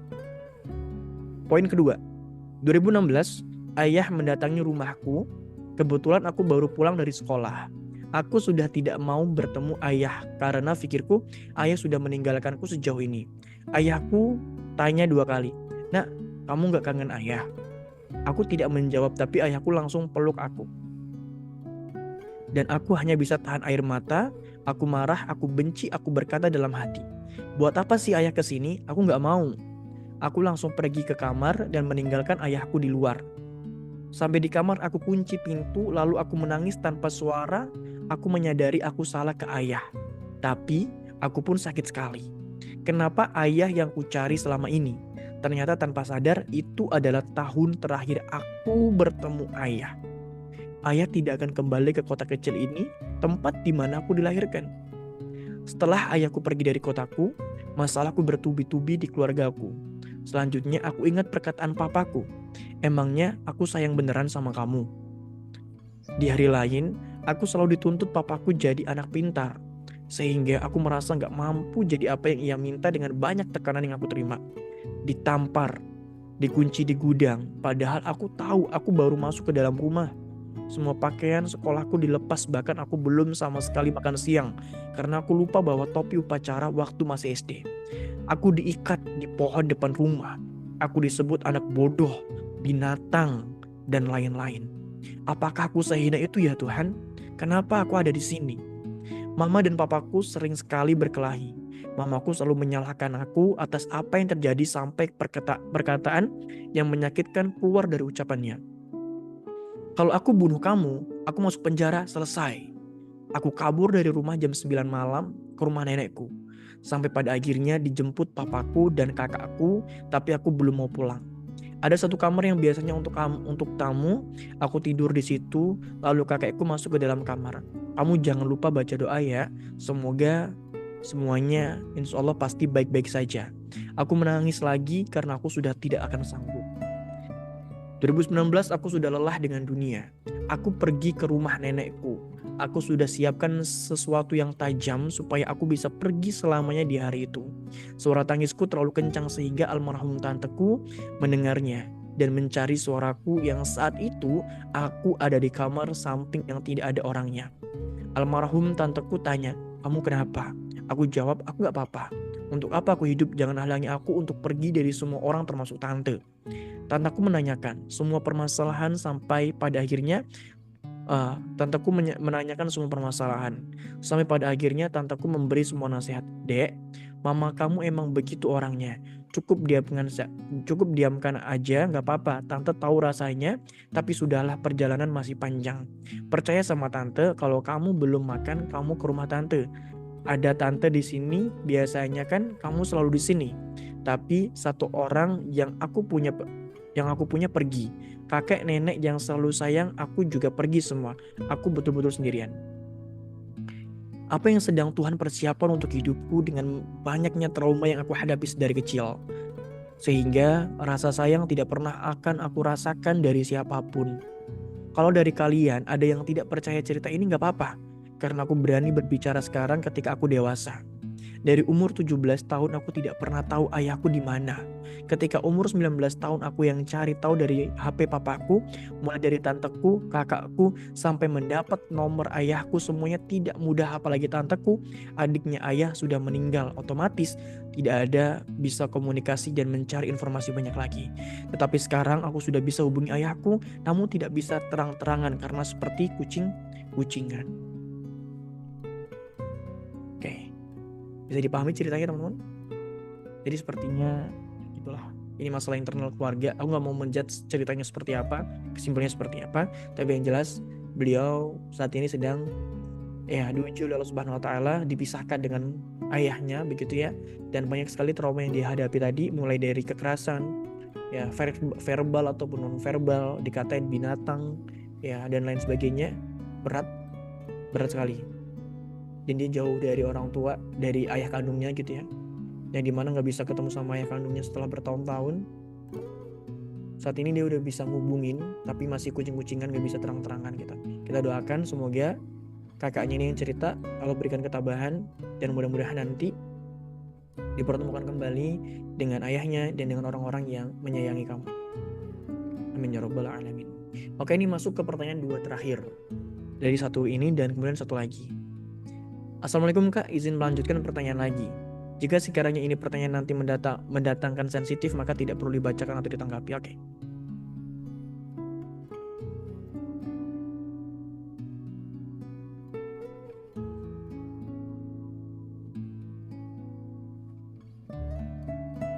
Oke. Ini kayaknya masih layak ya untuk dibicarakan. Kak, saya sedang merasa kurang nyaman berada dekat dengan orang tua. Nggak tahu, merasa takut banget kalau kelamaan kumpul bersama orang tua disebabkan suatu hal yang seperti menekan diri. Saya merasa benar-benar cemas saat berada di samping orang tua. Dan karena itu kalau di rumah saya lebih suka menyendiri dibanding ngobrol plus kumpul bersama-sama. Gimana ya Kak, apa yang harus saya lakukan untuk kembali nyaman sama orang terdekat? Baik, ini banyak penyebabnya. Aku nggak tahu ada kesalahan apa dalam keluarga kamu atau dalam diri kamu dan orang tua kamu gitu ya. Ada kesalahan apa, aku kurang paham. Tapi yang jelas ini terjadi karena ada kesenggangan atau ada batas antara kamu dan keluarga kamu dengan orang tua kamu, yang dimana batas ini biasanya itu dihadirkan atau muncul akibat tekanan-tekanan dari keluarga kamu. Misalkan ayah kamu atau orang tua kamu menginginkan A, tapi ternyata kamu menginginkan B, atau ternyata kenyataannya tidak sesuai dengan kenyataan mereka, dengan harapan mereka begitu. Sehingga inilah yang menimbulkan batas, kecanggungan begitu. Maka solusinya seperti apa? Pertama, diobrolin baik-baik. Kalau dari pengalaman kakak sendiri, itu harus ada waktu yang dimana kamu tuh ngobrol sama orang tua kamu yang ibaratnya bentar dulu, yang ngedip dulu ya, yang ngedip talk bener-bener kayak nangis, itu bisa jadi penyelesaian. Dan ini pernah kalian juga. Itu kalau misalnya penyebabnya adalah karena ada gap di situ akibat ya orang tua mengharapkan A tapi ternyata kenyataannya B begitu. Kemudian yang kedua, bisa jadi pola asuh yang otoriter. Bisa juga jadi pola asuh otoriter itu pola asuh yang memang dari keluarganya, dari ayahnya itu mengatur kayak layaknya itu sebagai tentara gitu loh, kayak ayah tuh maunya A gitu, nggak bisa diajak komunikasi gitu. Nah itu juga bisa menimbulkan kecanggungan, ketidaknyamanan untuk kamu bercerita, ngobrol terbuka dengan keluarga kamu. Karena ada ketakutan nanti kalau kamu cerita nanti begini respon mereka, nanti mereka marah, nanti dan seterusnya, sehingga itu membuat kamu tidak nyaman untuk dekat atau ngobrol dengan mereka. Itu bisa juga seperti itu. Maka gimana solusinya? Maka solusinya ketika kamu saat ini sudah punya pikiran yang seperti ini, kamu harus berani untuk membicarakan apa-apa yang memang ingin kamu bicarakan dengan mereka. Misalkan mereka menginginkan A tapi ternyata kamu merasa tidak cocok di situ, diobrolin. Ternyata kalau misalnya udah diobrolin tapi tetap Kak dia kekeh dengan kemauannya, yang mau tidak mau, kamu harus bersabar dengan hal itu. Kamu juga nggak bisa untuk memaksakan orang tua setuju dengan kamu secara langsung begitu. Atau kamu harus bersabar sembari kamu membuktikan bahwasanya jalan kebaikan itu tidak hanya lewat dari apa yang mereka katakan. Misalnya kamu harus jadi, kalau ini ya, biasanya tuh kamu harus jadi misalkan jadi caleg gitu misalkan ya, tapi kamu tidak mau begitu, kamu pengennya jadi guru Itu kan sebuah pertentangan ya. Nah maka dari itu kamu diobrolin kenapa kamu tidak mau gitu ya, kenapa alasannya kamu harus menolak, kamu harus jelasin dengan sebaik-baiknya gitu. Nah kalau misalnya ternyata orang tua kamu masih sama tetap kekeh seperti itu, ya mau tidak mau ya bersabar sampai nanti ada waktunya yang dimana ada fase yang obrolan kalian tuh bisa nyambung. Mungkin dalam hal profesi kalian gak bisa nyambung, atau dalam hal tertentu gak bisa akrab gitu. Tapi dalam hal yang lain mungkin bisa.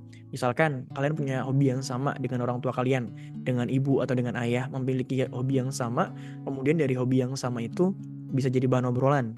Misalkan kamu sama ibu kamu suka bunga gitu ya. Yang awalnya mungkin canggung, tapi kalau udah ngomongin bunga jadi cair. Nah bisa juga seperti itu. Dimulai dari hal-hal yang kalian itu sama-sama suka. Begitu. Jadi kalau misalkan dari orang tuanya yang otoriter itu agak sulit teman-teman. Sulitnya kenapa? Ya mereka keras biasanya.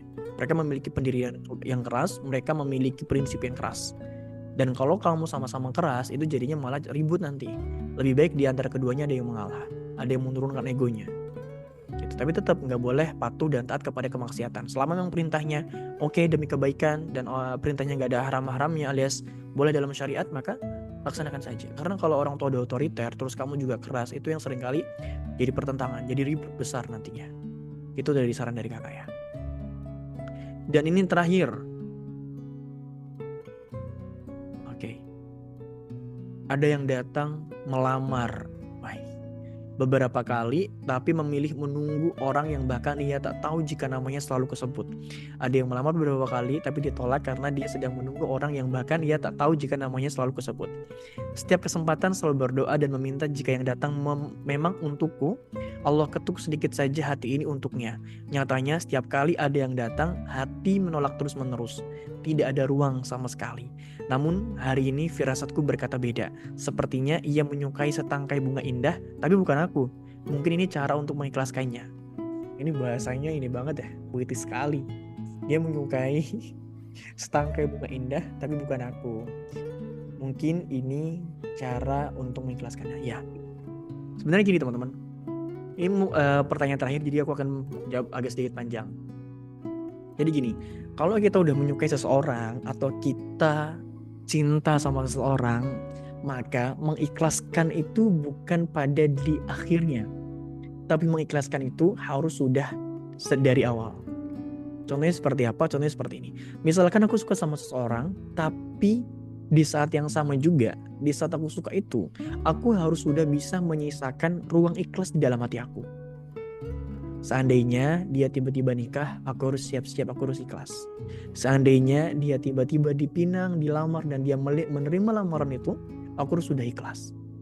Jadi ikhlas itu bukan ketika di ujung, tapi harus kita mulai, harus kita sisakan ruang dalam hati kita untuk ikhlas itu dari awal. Dari awal kita suka sama orang itu, kita harus siapkan ikhlas dalam hati kita. Agar apa? Agar tidak sakit kalau misalkan tiba-tiba dia ninggalin kita. Agar tidak sakit kalau tiba-tiba dia nikah dengan orang lain. Agar tidak sakit kalau misalkan tiba-tiba nanti dia ada yang melamar dan dia diterima sama orang lain. Agar tidak sakit tiba-tiba di WhatsApp, di WA, di DM, dia nyebar undangan. Maka sisakan ruang ikhlas itu dari awal, bukan di akhir. Bukan di akhir. Dan kalau misalkan ternyata kalian berjodoh, kita berjodoh dengan orang yang kita suka itu, alhamdulillah. Tapi setidaknya kita sudah berusaha untuk mempersiapkan diri kita untuk menghadapi kemungkinan-kemungkinan yang terburuk. Gitu. Jadi mengikhlaskan atau menyisakan ruang ikhlas atas kekaguman atau suka atau cinta kepada orang lain, itu harus kita lakukan dari awal kita suka sama orang itu, bukan ketika di fase akhir kita suka dengan orang itu. Gitu ya. Jadi mudah-mudahan Allah bantu tadi mbaknya yang sedang ikhtiar gitu ya untuk mengikhlaskan. Ya, jadi ikhlaskan dari sekarang, jangan nunggu nanti. Kalau teman-teman suka sama seseorang, aku suka sama orang, udah sisakan ruang ikhlas. Siapa tahu nanti tiba-tiba dia nikah sama orang lain, kita udah siap gitu ya. Bukan malah kita kayak sedih, galau gitu-gitu. Ya sedih itu wajar, tapi kalau kita udah mengikhlaskannya dari awal itu nggak akan separah kalau kita mengikhlaskan dirinya itu di akhir. Gitu. Oke, bisa dipahami teman-teman?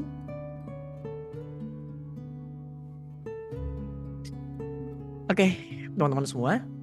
semua cerita dari teman-teman, ada 20 cerita yang tadi ditulis. Alhamdulillah semuanya udah kita bacakan, udah kita bacain gitu ya, dan beberapa udah kakak kasih tanggapan juga. Mudah-mudahan membantu.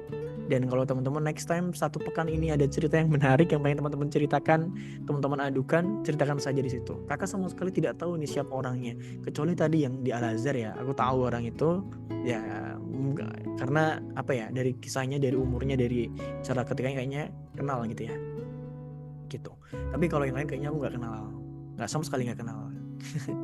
Jadi insya Allah aman, ceritanya aman dan tidak akan terpublikasi ya siapa identitas kamu begitu. Oke teman-teman, karena ini pertama kali kita ngadain segmen dibacain, coba kasih nilai 1 sampai 10 untuk sesi pada malam hari ini, dan apakah akan kita lanjutkan di sesi pekan depan. Apakah pekan depan sama Kak Abizar? Belum tentu. Pekan depan bisa sama mungkin Bapak Teddy, mungkin sama Alda, mungkin sama Praka, mungkin sama siapa, Kak Fajar, atau mungkin sama yang lain bisa juga gitu ya. Jadi insya Allah kemudian teman-teman nanti di pekan depan kita ketemu lagi di segmen yang sama gitu ya, tapi belum tentu sama Kak Bizar, bisa juga nanti sama ya yang lainnya gitulah, nggak tahu nanti siapa yang bisa untuk sharing di sini, untuk membacakan, untuk menceritakan, menanggapi daripada kisahnya teman-teman semua. Oke, ada yang membeli nilai itu berapa nggak tahu, ada yang banyak sekali, ada yang 8,5, ada yang min 10. Wah, kenapa dikasih min 10? Ada yang 9, ada yang 9/10. Syukron Kak ya, sama-sama. Ada yang 9/10. Oke, silakan ketika teman-teman udah unlimited. sorry nggak tahu. Tak hingga itu Kak. Oke. Kemudian ini buat teman-teman yang tadi ngasih nilai 9, 8,5, coba tulis apa yang harus disempurnakan di sesi kali ini.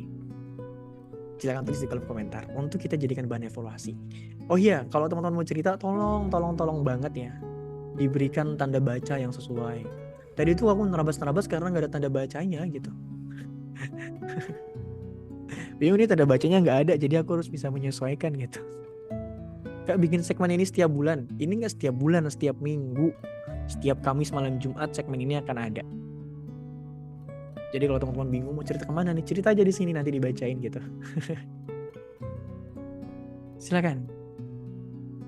Yang ngasih nilai nomor, maksudnya Kak Nia ada yang... Oh, oke. Apa maksudnya di agenda setiap bulan harus diadakan ya segmen ini gitu. Paham. Oke. Ayo Kak Bella, tadi Mbak Dewi Octavia gitu, terus siapa lagi tadi, Mbak Sri. Nilainya 9, berarti masih belum sempurna. Kira-kira menurut teman-teman apa sih yang harus disempurnakan gitu? Apa yang harus disempurnakan di segmen ini? Ini 20 pertanyaan aja udah 1,5 jam. Bukan pertanyaan ya, cerita gitu. Dan ceritanya macam-macam. Silakan teman-teman, kakak kasih waktu 2 menit untuk teman-teman menuliskan apa sih yang harus disempurnakan di segmen ini untuk kita perbaiki di pekan depan. Cerita.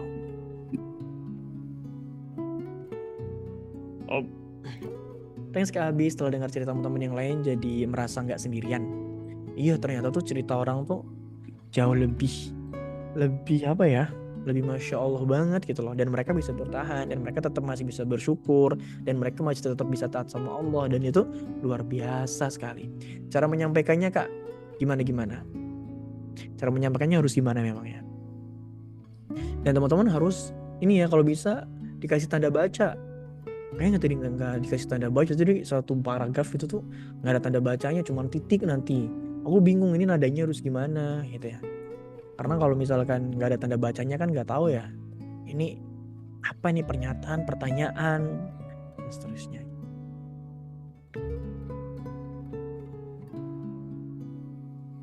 Nggak bernada, wah kalau harusnya itu salah satunya nggak bernada itu karena bingung Mbak Bella, nggak ada tanda bacanya. Kalau ada tanda bacanya enak, tapi karena nggak ada tanda bacanya, kita harus bernada seperti apa? Bingung. Kayak aku tadi nggak baca, kayak ini tanda nggak ada komanya, nggak ada titiknya, nggak ada tanda tanyanya. Ini bingung nih, karena mungkin ceritanya kan karena emosional ya ceritanya ya. Jadi kayak ngetik aja gitu, dan aku memahami itu kok, nggak ada masalah. Gitu. Nggak ada sih Kak, kasih 9 karena 10 itu sempurna, bukan kesempurnaan. Oke. Ngejelasinnya terlalu cepat Kak. Oh sorry banget kalau menjelaskannya terlalu cepat.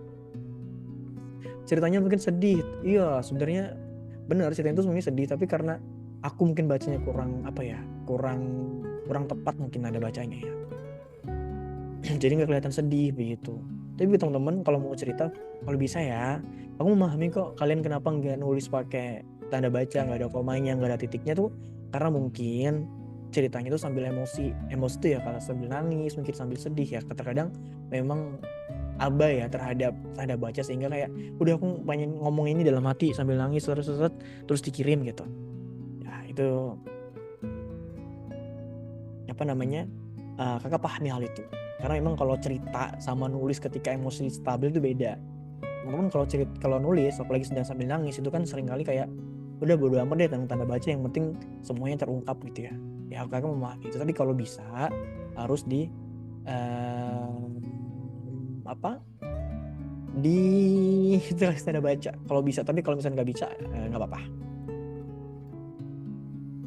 Oke. Tapi dipengaruhi backsound juga, tapi kalau pakai backsound sedih nanti bagian cerita bagian aja. Oh iya, aku tuh nggak mau yang kayak sedih-sedih banget gitu loh teman-teman. Aku orangnya tuh nggak mau yang sedih-sedih banget.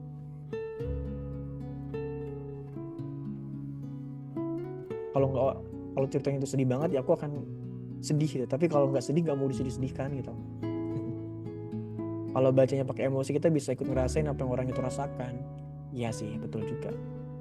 Tapi aku orangnya nggak mau sedih-sedih banget teman-teman. Karena gini, satu hal. Kalau dalam etika psikolog gitu ya, di psikologi itu kita tuh, apalagi kakak di situ bakal memberikan tanggapan gitu ya, itu nggak bisa untuk emosional ketika memberikan apa ya, mendengarkan itu tuh nggak boleh terbawa emosi, karena kalau kakak terbawa emosi, sedih, nangis, kakak nggak akan bisa memberikan penilaian objektif dari permasalahan itu gitu. Jadi kalau misalkan teman-teman cerita, kakak akan berempati tetap, tapi tidak boleh terbawa emosi, nggak boleh. Ya kalau teman ke psikolog ya, dia akan berempati, akan mendengarkan teman-teman, tapi jarang yang sampai ikut nangis banget tuh, jarang. Mungkin sampai netes air mata iya, tapi nggak sampai nangis banget. Karena itu akan mempengaruhi objektivitas dari orang itu dalam menilai. Gitu. Maka nggak mau yang sampai sedih-sedih banget tuh, kalau bisa jangan deh. Gitu. Kalau cerita-cerita ini kalau dibuat buku antologi kayaknya seru Kak. Iya, tapi harus izin dulu sama yang nulis gitu. Harus izin dulu sama yang nulis. Kalau wanita yang baca kayaknya beda vibes-nya. Iya mungkin ya. Karena wanita mengedepankan perasaan, bisa juga ya. Sebenarnya bisa aja kalau misalnya kakak fokus bacain ceritanya. Bacain cerita terus mau sedih-sedih, tapi itu bukan kakak banget sebenarnya. Tapi nanti kan orangnya beda-beda ya setiap minggu. Mungkin nanti sama Babeh Teddy tuh. Kalau Babeh Teddy lebih emosional orangnya daripada dia lebih emosional orangnya. Nah itu mungkin bisa lebih ngedip ya sama dia, lebih kayak nangis mungkin bisa, karena dia orangnya lebih emosional. Bukan hanya emosional tentang sedih juga, dia orangnya kadang juga mudah ngambek, kadang mudah marah ya. Mungkin lebih emosional lah. Beda sama kakak.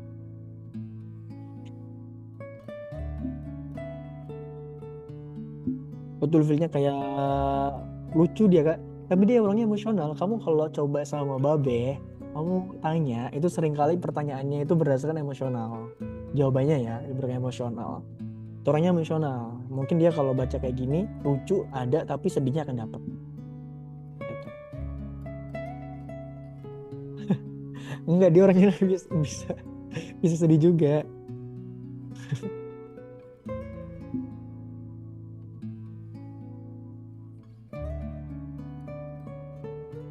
Ntar aku baca dari atas.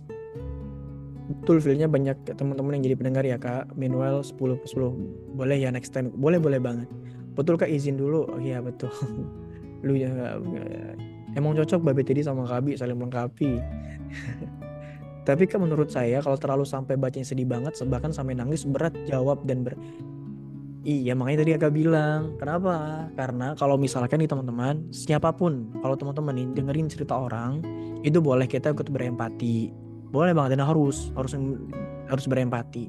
Tapi ketika kalian memposisikan diri sebagai orang yang akan dimintai tanggapan, sebagai orang yang dimintai solusi, maka harus netral. Harus netral. Coba deh teman-teman, ketika memutuskan sebuah perkara dalam keadaan emosi dengan keadaan yang tenang, itu pasti keputusannya berbeda. Apalagi ini berkaitan dengan masalah orang lain yang dia udah percaya akan minta solusi sama kita. Nah gitu. Makanya tadi kakak bener, sebenarnya udah mau sedih banget gitu, tapi oke, kita tahan. Nggak boleh nih, nggak boleh terbawa. Kalau terbawa nggak bisa, kecuali memang dia pengen cerita, oke, cerita aja, nggak minta ditanggapin. Ya tapi kan faktanya dari 20 itu banyak juga yang minta ditanggapin gitu. Kalau dari Mbak Sri tadi penjelasannya kecepatan kak, ya sorry banget. Ini itu adalah kelemahanku dan aku mengakui itu dari zaman dulu banget. Dari zaman mungkin Mbak Bella ya, yang udah tahu dari hike awal-awal kelas online ya Mbak Bella ya, itu ngomongnya juga Mbak Bella kritiknya kak kecepatan gitu. Dari dulu banget, dan aku nggak tahu ya, aku perasaan udah ngomongnya tuh udah pelan, aku tuh ngerasa diri aku ngomongnya udah pelan gitu. Tapi masih kak kecepatan gitu. Ya karena Mbak Bella termasuk generasi awal ya, tahu banget bagaimana prosesnya kakak dalam menjelaskan sesuatu begitu. Aku nggak tahu apakah hanya diri kakak sendiri atau teman-teman juga merasakan kalau ngomongnya tuh lambat tuh maksudnya pelan gitu, itu jadi kayak telat mikir gitu loh. Kamu juga ngerasanya gitu nggak, kayak nge-lag gitu? Itu kelemahan aku. Apakah teman-teman merasakan hal yang sama atau tidak? Tapi kalau ngomongnya agak dicepetin gitu ya, sama tim kalau lambat malah ngeblank betul. Dan sebenarnya itu bukan pembelaan ya teman-teman, tapi memang aku merasakan seperti itu, dan aku sadar aku harus mengimprove itu, aku harus memperbaiki itu. Gitu. Ini nggak benar, aku nggak ada pembelaan, aku tahu ini salah. Ngomong kecepatan itu nggak boleh, dan aku harus belajar akan hal itu. Aku nggak akan memberikan pembelaan kayak kan memang bawaan, kan orang Sumatera begini-begini, enggak. Aku tahu salah dan aku harus menyesuaikan dengan audiensi aku. Gitu. Aku cuma tanya apakah teman-teman ada yang sama, kalau tim ngomongnya lambat jadi ngeblank. Ternyata Mbak Anita juga sama gitu ya. Ya. Boleh dicoba untuk minggu depan. Oke, nanti coba kita tanyakan ke Babe apakah dia bisa atau tidak untuk minggu depan. Terima kasih kak udah hadirin segmen ini, karena kadang bagi sebagian orang berbagi cerita bukan hal yang mudah, speechless dan haru dengar setiap ceritanya. Kalian hebat banget, Masya Allah teman-teman yang bisa tetap bertahan bahkan berdamai dengan masalah tersebut. Terima kasih ya udah berbagi cerita semua. Iya, keren-keren loh yang udah cerita. Menurut aku walaupun kecepatan udah ditangkap, setuju kak. Oke. Pernah didengerin cerita sahabat dia sampai nangis-nangis pas giliran aku beri tanggapan, berusaha untuk kuat dan gak ikut nangis karena berat juga sih kalau ngasih saran sampai ke bawah nangis. Betul. Kalau orang udah biasa ngomong cepet gimana ya kak? Ya ini kan kamu tahu gak Bella, kakak dari dulu biasa ngomong cepet dan aku harus belajar untuk tidak mudah ngomong cepet. Harus belajar ngomong lebih tenang. Terkadang di awal aku udah bilang oke, aku harus lebih tenang, aku harus lebih santai. Tapi akan ada nanti di tengah-tengah tuh dalam otak tuh kayak tek gitu loh. Nggak bisa nih kalau pelan-pelan jadi kayak ngeblank gitu. Ada kadang gitu. Tapi aku dari awal tuh udah niatin aku ya ngomongnya harus pelan-pelan, ngomongnya harus santai, ngomongnya harus relax gitu. Tapi nanti terkadang masih kelepasan, terkadang gitu. Ya itu bagian daripada proses. Aku tetap harus berusaha, aku nggak akan kayak denial, bahwasanya aku nih orang Sumatera, aku nih ini enggak. Aku harus belajar bahwasanya aku salah kalau ngomongnya terlalu cepat, karena tidak semua orang itu bisa menangkap dari apa yang aku bicarakan kalau ngomongnya cepat gitu. Faktor lainnya juga kalau suasana hati pembaca lagi baik, maybe yang sedih kurang masuk, tapi kalau yang bahagia masuk banget. Yuk, betul. Yuk. Belajar kayak Ustadz Felix kak. Kan Ustadz Felix juga gitu sampai dibubarin kelompok. Aku begitu juga kak, ngomongnya suka cepet, kalau ngomong lambat berarti aku sedang lesu letih. Kak, ini ada yang direct message ya. Kak, ketika aku meniatkan jadi pendengar yang baik, ada pas temanku mau minta tanggapan atau mau solusi, dan ketika aku nanggepin alhasil itu nggak buat dia enak juga gitu. Ceritanya tiap hari tentang doi, tentang dia suka sama orang dalam diam, atau dan lain-lain. Dan akhirnya kami jadi malah renggang kak, karena dia merasa aku membandingkannya. Padahal aku juga nggak inget aku pernah gitu atau enggak. Karena sekian banyak ceritanya, sekian banyaknya ceritanya, Dia tentang percintaan. Emang si orang yang jatuh cinta itu kita jadi serba salah ya kak, nanggepinnya tuh supaya pas tanpa sengaja. Iya, kalau orang jatuh cinta dengerin aja dan iyain aja selama tidak mengiyakan kemaksiatannya. Tapi misalnya kalau aku tuh suka sama orang loh, oh iya gitu ya, siapa, oh iya, kita mengiyakan dan support aja. Tapi kalau aku kayaknya mau pacaran, nah baru kita bilang oh nggak boleh gitu. Tapi kalau dia suka sama seseorang dalam koridor yang syar'i, yang boleh, suka dalam diam, support aja, dukung aja, dia akan seneng dan besoknya dia akan cerita terus dengan kita. Itu kalau orang sedang jatuh cinta tuh iya kan, oh iya mungkin dia tuh suka juga sama kamu dan begitu, wah seneng banget, kan kegirangan. Tapi kalau kita malah merespon dengan yang kontradiktif, nah itu akan membuat dia nggak nyaman. Iya kayak aku juga gitu, ngomong cepet tiba-tiba belibet sendiri, itu gimana atasinya kak? Ini udah beda segmen ya, kita lagi nggak ngomongin public speaking gitu. Iya tapi kakak terlalu cepat dan nangkapnya cuma dikit jadinya. Cuma kakak di tempat tertentu ada cepat dan lambat, itu penyebabnya apa kak? Bisa suasana hati, bisa dari tema pembahasan. Kalau dalam pembahasan yang lain mungkin pembahasan yang lebih tentang hati gitu ya, tentang jodoh, tentang enggak sih jodoh disebut, tentang hati gitu ya, tentang apa takdir, mungkin aku bisa pelan. Tapi kalau udah tentang hal yang lain, tentang sejarah misalkan, atau tentang yang berkaitan dengan pemikiran, aku mungkin akan bicara lebih cepat gitu. Terkadang tema itu mempengaruhi. Maaf aku baru masuk, ini ceritanya harus lewat Google Form ya kak, atau udah lewat Google Form sebenarnya ceritanya harusnya teh. Ini juga waktunya udah habis, udah jam 10 hampir. Nanti kamu bisa lihat di rekaman ya, rekamannya nanti aku share, nanti akan diupload di YouTube, mungkin besok pagi linknya akan di share ke teman-teman semua. Oke, mungkin kakak uploadnya malam nanti gitu ya, jam 12, jam 1-an mungkin, jam 12-an, nanti teman-teman bisa cek gitu ya, wah udah diupload ke Abi belum tuh video rekamannya gitu, kalau belum sempat nyimak gitu, nanti akan diupload di sana.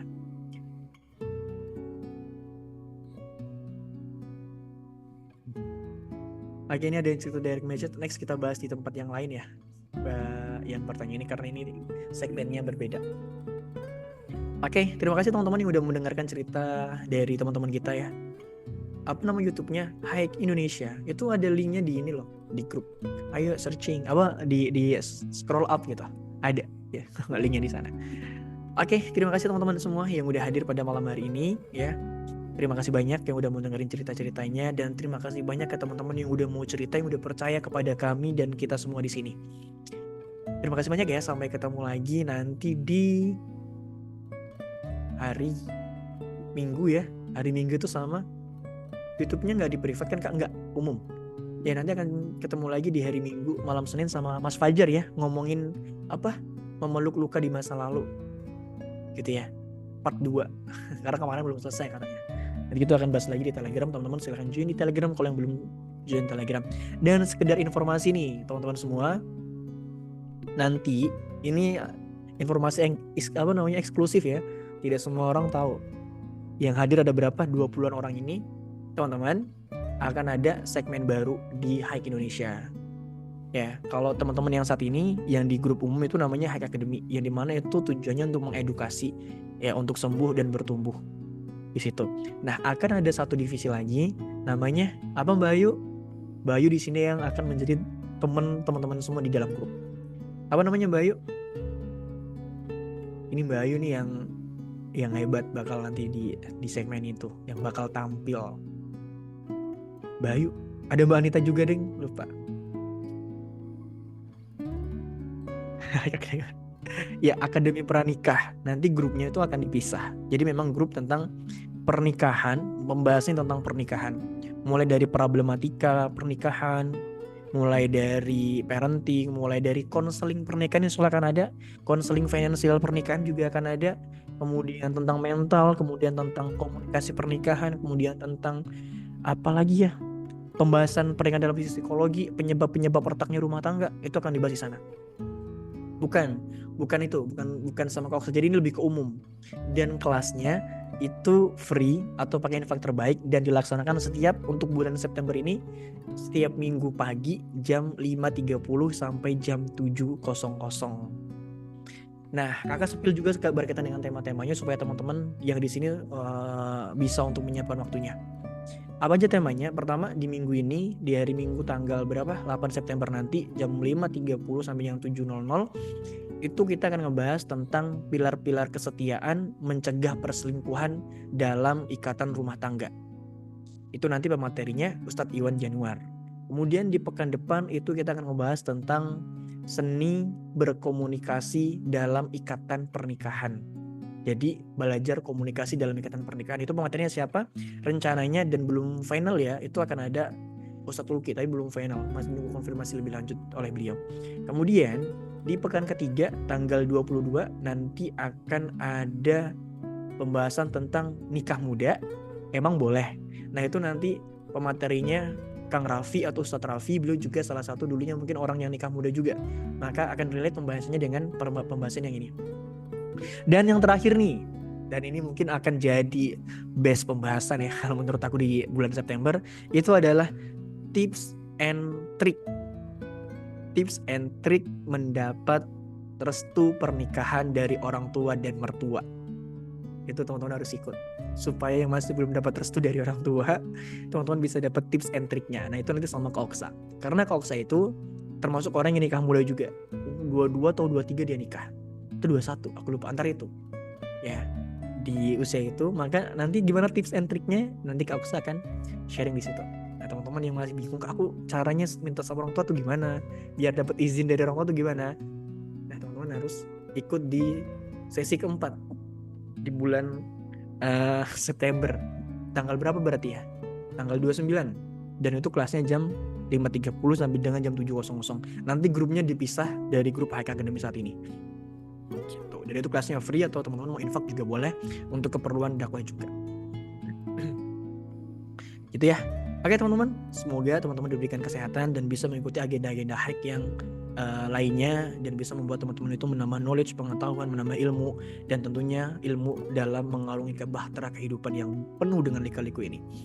Terima kasih teman-teman semua, mohon doanya untuk semua tim di Hike Indonesia, semua timnya sehat-sehat, semua timnya diberikan kelancaran, diberikan rezeki, diberikan taufik oleh Allah, karunia oleh Allah, diberikan keteguhan dalam dakwah ya, dilurusin niatnya. Mudah-mudahan kami juga bisa memberikan yang terbaik buat teman-teman semua. Barakallahu fikum. Assalamualaikum. Sorry, kita tutup dulu dengan istighfar 3 kali dan doa kifaratul majlis. Astaghfirullahaladzim, astaghfirullahaladzim, astaghfirullahaladzim, subhanallah wa bihamdika, asyhadu an la ilaha illa anta. Barakallahu fikum. Wassalamualaikum warahmatullahi wabarakatuh. Izin pamit semuanya.